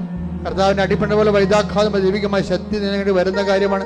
നിന്റെ മനസ്സ് വേദനിക്കുന്ന, നെഞ്ച് പൊളയുന്ന, പിടക്കുന്ന എന്താ വിഷയത്തിനും ഈ ആഴ്ചയിൽ കർത്താവ് 7 ദിവസത്തിനുള്ളിൽ കർത്താവിന്റെ തീരുമാനം ഉണ്ടാകും. ശ്രദ്ധിക്കട്ടെ. ഹല്ലേലൂയ, ഹല്ലേലൂയ, ഹല്ലേലൂയ, ഹല്ലേലൂയ, ഹല്ലേലൂയ. എന്റെ കർത്താവിന് 39 വർഷം ഞാൻ അർപ്പിച്ച കൃപാസമർത്താരെ ജീവനോടെ പ്രത്യക്ഷപ്പെട്ട 39 വർഷം ഞാൻ അർപ്പിച്ച കൃപായുടെ യോഗ്യതയാൽ കൃപാസമർത്താറെ ജീവനോടെ പ്രത്യക്ഷപ്പെട്ട പരിശുദ്ധ അമ്മയുടെ മധ്യസ്ഥതയില് ഇവിടെ പ്രാർത്ഥിക്കുന്ന മക്കൾക്ക്, ഓൺലൈനിൽ പ്രാർത്ഥിക്കുന്ന മക്കൾക്ക്, ഉടമ്പടി എടുത്ത് പ്രാർത്ഥിക്കുന്ന മക്കൾക്ക് അവരുടെ ജീവിത ദുരിതങ്ങള് ഇപ്പോഴേ പരിശുദ്ധ അമ്മ ഉണ്ണീശോയുമായിട്ട് ജലത്തിന്റെ ഉള്ളിൽ നിന്ന് ഇറങ്ങി വരുന്നതായിട്ട് കണ്ടുകൊണ്ടിരിക്കുന്നു. ഇപ്പൊ പരിശുദ്ധ അമ്മ ഉണ്ണീശോയുമായിട്ട് കൊണ്ട് ജലത്തിന്റെ ഇടയിൽ നിൽക്കുന്നതായിട്ട് കാണുന്നു. കർത്താവിന്റെ കരുണയാൽ, ദൈവത്തിന്റെ കൃപയാൽ കർത്താവേ അവർക്ക് വീഞ്ഞില്ല, അവർക്ക് വെള്ളമില്ല, കുടിക്കാൻ വെള്ളമില്ല, എല്ലാ കുടുംബങ്ങളിലേക്ക് കർത്താവിന്റെ കണ്ണത്തോടെ മാർഗരേഖകള്, ദുരിതങ്ങള് പ്രാർത്ഥിക്കുന്ന വിഷയത്തില് 39 വർഷം അർപ്പിച്ചിട്ടുമാണ്. ഇവരുടെ പ്രത്യക്ഷപ്പെട്ട് പരിശുദ്ധ അമ്മയുടെ മധ്യസ്ഥതയില് ഈ ആൾക്കാരെ നടത്ത 10,000-കണക്കിന് ആരാധനയാൽ മാർഗരോഗങ്ങള്, ദുരിതങ്ങള്, ഈ തടസ്സങ്ങള് യേശുവിന്റെ നാമത്തിൽ മാറിപ്പോകട്ടെ.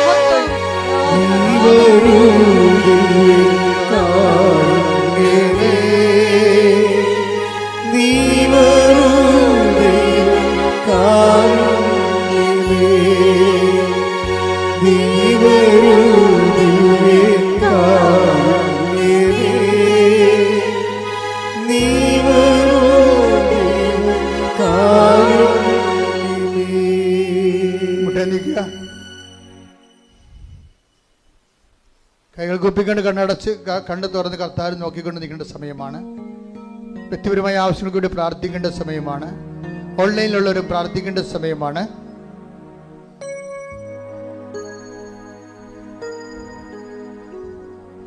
മുട്ടിൻ്റെ മുകളിലുള്ള നീണ്ട മുഴകളെ കർത്താവ് സ്പർശിക്കുന്നതായിട്ട് സുഖപ്പെടുന്നതായിട്ട് സാക്ഷ്യ സന്ദേശമുണ്ട്. ശരീരം മുഴുവൻ ഇങ്ങനെ കുരുക്കൾ പോലെ, ചൂടുകുരുവല്ല, അല്ലാതെ തന്നെ എന്തോ അലർജി മൂലം ഉണ്ടാകുന്ന കുരുക്കളെ കർത്താവ് സ്പർശിക്കുന്ന സന്ദേശമുണ്ട്. എപ്പോഴും ശരീരത്തിൽ ഇങ്ങനെ തള്ളവെല്ല കൊണ്ട് നെക്കി നോക്കുന്ന ഒരു ഇടമുണ്ട്. അത് ക്യാൻസറാണെന്ന് സ്വന്തമായിട്ട് ചിന്തിച്ച് ആകുലപ്പെടുന്ന വ്യക്തിയുണ്ട്. ആ വ്യക്തിയെ കർത്താവ് സുഖപ്പെടുന്നതായിട്ട് കാണിക്കുന്നുണ്ട്. ശ്രുതിക്കട്ടെ. ഹല്ലേലൂയ.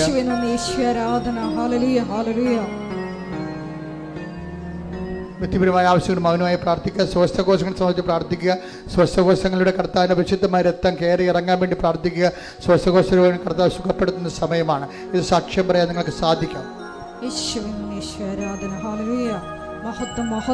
ഒരു തോളില് ഇടത് തോല് വലത് തോല് ഇടിഞ്ഞും ഇടത് തോലും മുന്തിയും നിൽക്കുന്ന ഒരവസ്ഥയാണ്. എന്തോ അപകടത്തിലോ അല്ലെങ്കിൽ ജന്മനോ സംഭവിച്ചതാണ്. അത് ബാലൻസ് ചെയ്യുന്ന രീതിയിൽ സന്ദേശം ഉണ്ട്. കർത്താവിന് നന്ദി പറയാം. ശ്രുതികട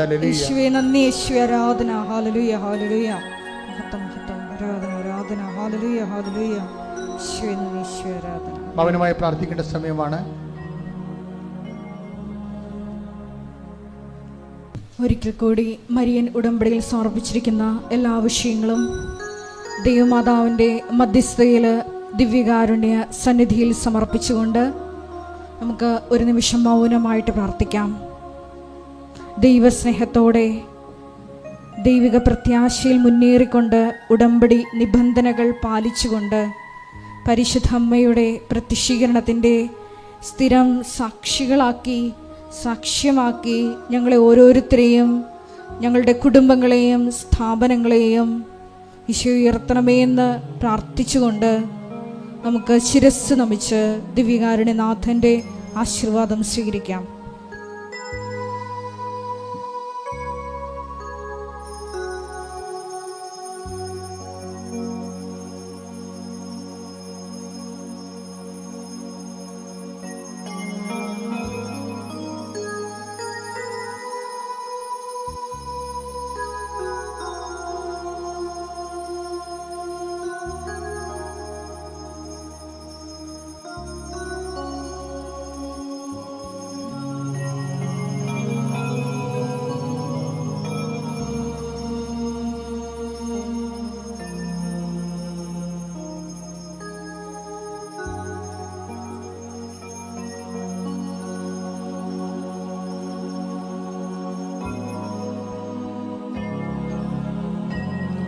പരിശുദ്ധ പരമ ദിവ്യകാരുണ്യമേ,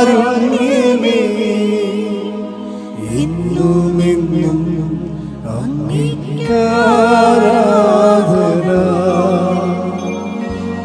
പരിശുദ്ധ പരമമാ ദിവ്യകാരുണ്യമേ, എന്നുമെന്നും അങ്ങേയ്ക്കാരാധന. പരിശുദ്ധ പരമമാ ദിവ്യകാരുണ്യമേ, എന്നുമെന്നും അങ്ങേയ്ക്കാരാധന.